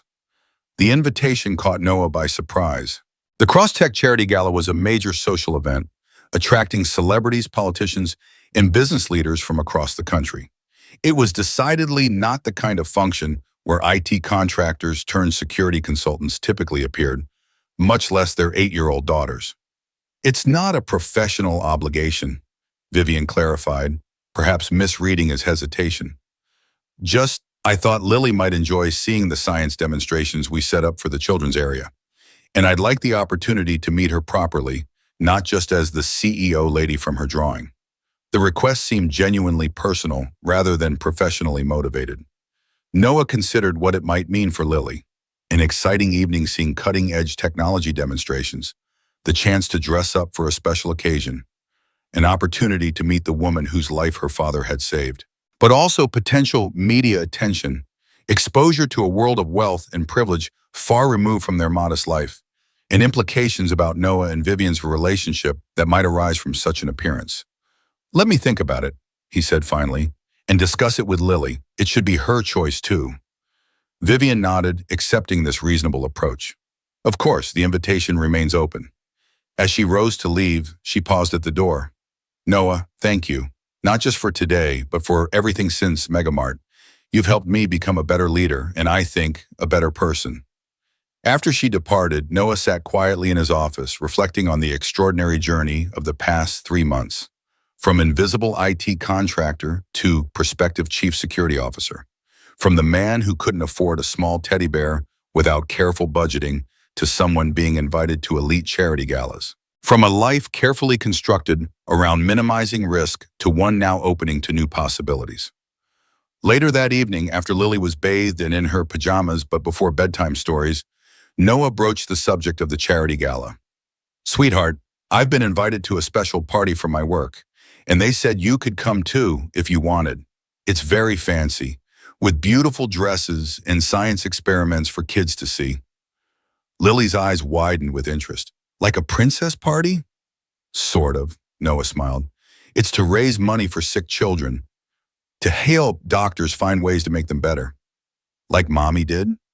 Yes, exactly like Mommy did. Lily considered this seriously. Would I get to wear a pretty dress? The prettiest dress we can find, Noah assured her. Would there be other kids there too? Yes, children of other people who work at the company or who are helping with the charity. Lily nodded, processing this information with characteristic thoughtfulness. Then she asked the question Noah had been anticipating. Will the CEO lady be there? The one you saved at the store? Yes, she will. In fact, she's the one who invited us. She'd like to meet you properly. Lily's expression turned solemn. Is she really being nicer now, like in my drawing? She is, Noah confirmed. She's worked very hard to change how she treats people. Your drawing helped to remind her what's important. This seemed to satisfy Lily. Then I want to go. I want to meet her and see if she's learned to be nice like I said. The simple, direct evaluation criteria, has she learned to be nice, made Noah smile. If only all of life's complex situations could be assessed through the clear lens of a child's values. Then we'll go, he said, pulling his daughter close for a hug, and you can be the judge of how well she's learned her lesson. The night of the charity gala arrived with excitement and minor nervous energy. Lily twirled in her new dress, a modest but beautiful blue creation that matched her eyes and featured just enough sparkle to satisfy her princess aspirations without being excessively formal. Noah adjusted his tie, feeling slightly uncomfortable in the new suit, but appreciating that it fit properly, unlike the off-the-rack version he'd worn for job interviews after Sarah's death. Frank and his wife Margaret had offered to drive them to the event, providing both moral support and a buffer against the media attention that might still accompany Noah's public appearances. You clean up nice, Cole, Frank observed as they pulled away from Noah's house. Both of you do. You look like a superhero princess, Margaret told Lily, who beamed at the creative compliment. Daddy says I can decide if the CEO lady has really learned to be nice, Lily informed them seriously. I'm going to watch very carefully. Frank chuckled. Best judge of character I know. Kids see right through the pretense. The gala was being held at the city's Natural Science Museum, transformed for the evening into an elegant venue with sophisticated lighting, floral arrangements, and research displays highlighting cross-text medical innovations. As their car approached the entrance, Noah noticed the red carpet, the photographers, the line of celebrities and business leaders posing for pictures. We can use the side entrance, he told Frank quickly. No need for all that. Actually, Frank replied, Vivian specifically requested you use the main entrance. Said something about making a statement about valuing all levels of the organization. Before Noah could protest, their car had pulled up to the designated drop-off point. A uniformed attendant opened the door, and suddenly they were stepping onto the red carpet, cameras flashing as photographers recognized the grocery store hero and his daughter. Noah kept a protective arm around Lily as they moved quickly through the gauntlet, ignoring shouted questions and requests to pose. Just as they reached the museum doors, Vivian appeared, elegant in a simple black gown that managed to be both appropriate for a CEO and genuinely flattering. Noah, Lily, welcome, she greeted them warmly, with none of the corporate distance that had characterized their earlier interactions. I'm so glad you could come. Lily, momentarily shy in the face of all the attention and the presence of the CEO lady from her drawing, pressed closer to Noah's side. Vivian immediately knelt down to Lily's eye level, a gesture that surprised both Noah and the hovering photographers. Hello, Lily, I love your dress. Blue is my favorite color too. The simple, genuine connection, adult to child rather than CEO to employee's daughter, seemed to ease Lily's hesitation. Are you really being nicer to people now? She asked directly, with the unfiltered honesty only children can manage. A ripple of surprise and awkward laughter moved through the nearby guests who overheard, but Vivian didn't flinch or deflect. Instead, she nodded seriously. I'm trying very hard, she replied. Your daddy has been helping me learn how to be a better leader and a kinder person. Do you think he's a good teacher? Lily nodded emphatically. The best. He teaches me all about being brave and helping people even when it's hard. Then I'm very lucky to have him helping me too, Vivian said, rising to her feet but maintaining eye contact with Lily. Would you like to see the special science exhibits we set up? There's one that shows how doctors can see inside the body without hurting anyone, and another that lets you control a mini robot that helps doctors perform operations. Lily's eyes widened with excitement. Yes, please. Vivian looked to Noah, silently asking permission to escort his daughter to the children's area. He nodded, recognizing that this interaction wasn't about corporate politics or public relations. It was a genuine attempt to connect with a child who had unknowingly played a role in her transformation.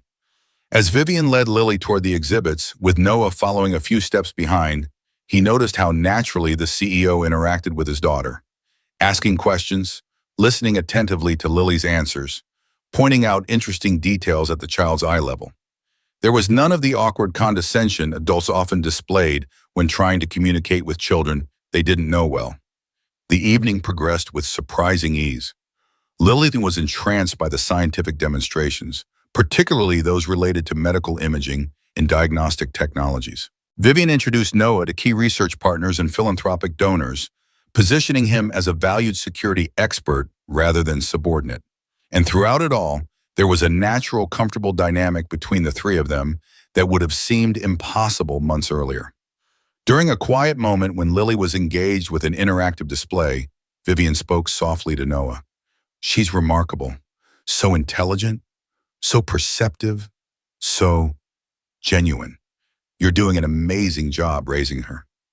"Thank you," Noah replied, watching his daughter's concentrated expression as she carefully manipulated the controls of a miniature surgical robot. "She makes it easy most days, sees the world so clearly." "She has a drawing in the children's gallery," Vivian revealed, "the one you mentioned, with the three of us holding hands. I asked her if I could display it alongside the professional artwork we commissioned for the event. She said yes, but only if we put a sign saying people can learn to be nice if they really try." Noah laughed softly. "That sounds like Lily." "I approved the exact wording," Vivian said with a smile. "It's actually become quite a conversation piece. Several donors have commented on the profound wisdom of children." As the evening drew to a close, Lily's energy began to fade despite her determination to see everything. Noah found her yawning beside an exhibit on cellular regeneration, her eyes growing heavy despite her interest in the colorful displays. "I think it's time to head home, sweetheart," he said gently. "But I haven't seen everything yet," Lily protested, even as she leaned against him tiredly. "The exhibits will still be here," Vivian assured her. "In fact, I'd be happy to arrange a private tour sometime when you're not so tired. Maybe on a weekend when you and your daddy can spend as much time as you want exploring." The offer wasn't empty courtesy. Noah could hear the genuine invitation in Vivian's voice, another indication of how far they had come from their first encounter at Crosstech. As they said their goodbyes and made their way to where Frank was waiting to drive them home, Lily tugged on Noah's hand. "Daddy?" "Yes, sweetheart?" "I think the CEO lady really did learn to be nice. She listens now, and she looks at people's faces when they talk, and she doesn't act like she's more important than everyone else." The simple, accurate assessment summarized months of complex change in terms an 8-year-old could understand. "I think you're right," Noah agreed. "She's learned a lot." "So we can be friends now? Like in my drawing?" The question contained layers of meaning that Lily couldn't fully comprehend, about professional boundaries, about personal relationships developing from workplace connections, about the complexities of adult friendships. "I think we already are becoming friends," Noah said truthfully. "Not just because of what happened at the store, but because we've gotten to know each other better since then."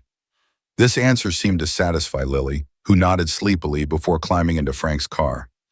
As Noah buckled her in, Frank gave him a knowing look. "Quite an evening," the older man observed. "The CEO seems to have taken quite a shine to both of you." Noah just nodded, not yet ready to examine all the implications of the evening's easy camaraderie and genuine connections. As they drove home through the quiet city streets, Lily fell asleep against Noah's shoulder, peaceful and content after her adventure in the world of science and elegance. Noah gazed out at the passing streetlights, reflecting on the extraordinary journey that had begun with a simple shopping trip 3 months ago. His life had transformed in ways he could never have anticipated, professionally, personally, even his sense of purpose and possibility. The carefully constructed barriers he had built after Sarah's death, designed to create safety and predictability, had gradually given way to something more open, more connected, more alive. And Lily, his brave, perceptive, remarkable daughter, was flourishing amid these changes. Her drawing of 3 figures holding hands, displayed prominently in a gallery of professional artwork, seemed both prophetic and symbolic of the unexpected connections that could form when people remained open to change and growth. Tomorrow would bring new challenges.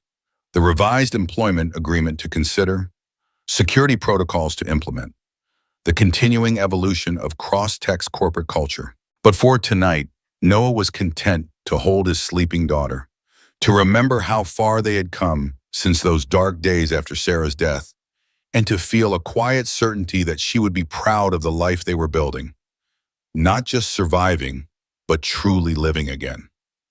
As Frank pulled up to their modest home, now blissfully free of media presence, Noah carefully lifted Lily from the car, her weight familiar and precious against his chest. The red yarn bracelet she had made him still circled his wrist, a constant reminder of their connection and the simple wisdom that had guided them through grief toward healing. When you get scared, remember to breathe. When you face uncertainty, find courage in caring for others. When life offers unexpected second chances, be brave enough to accept them.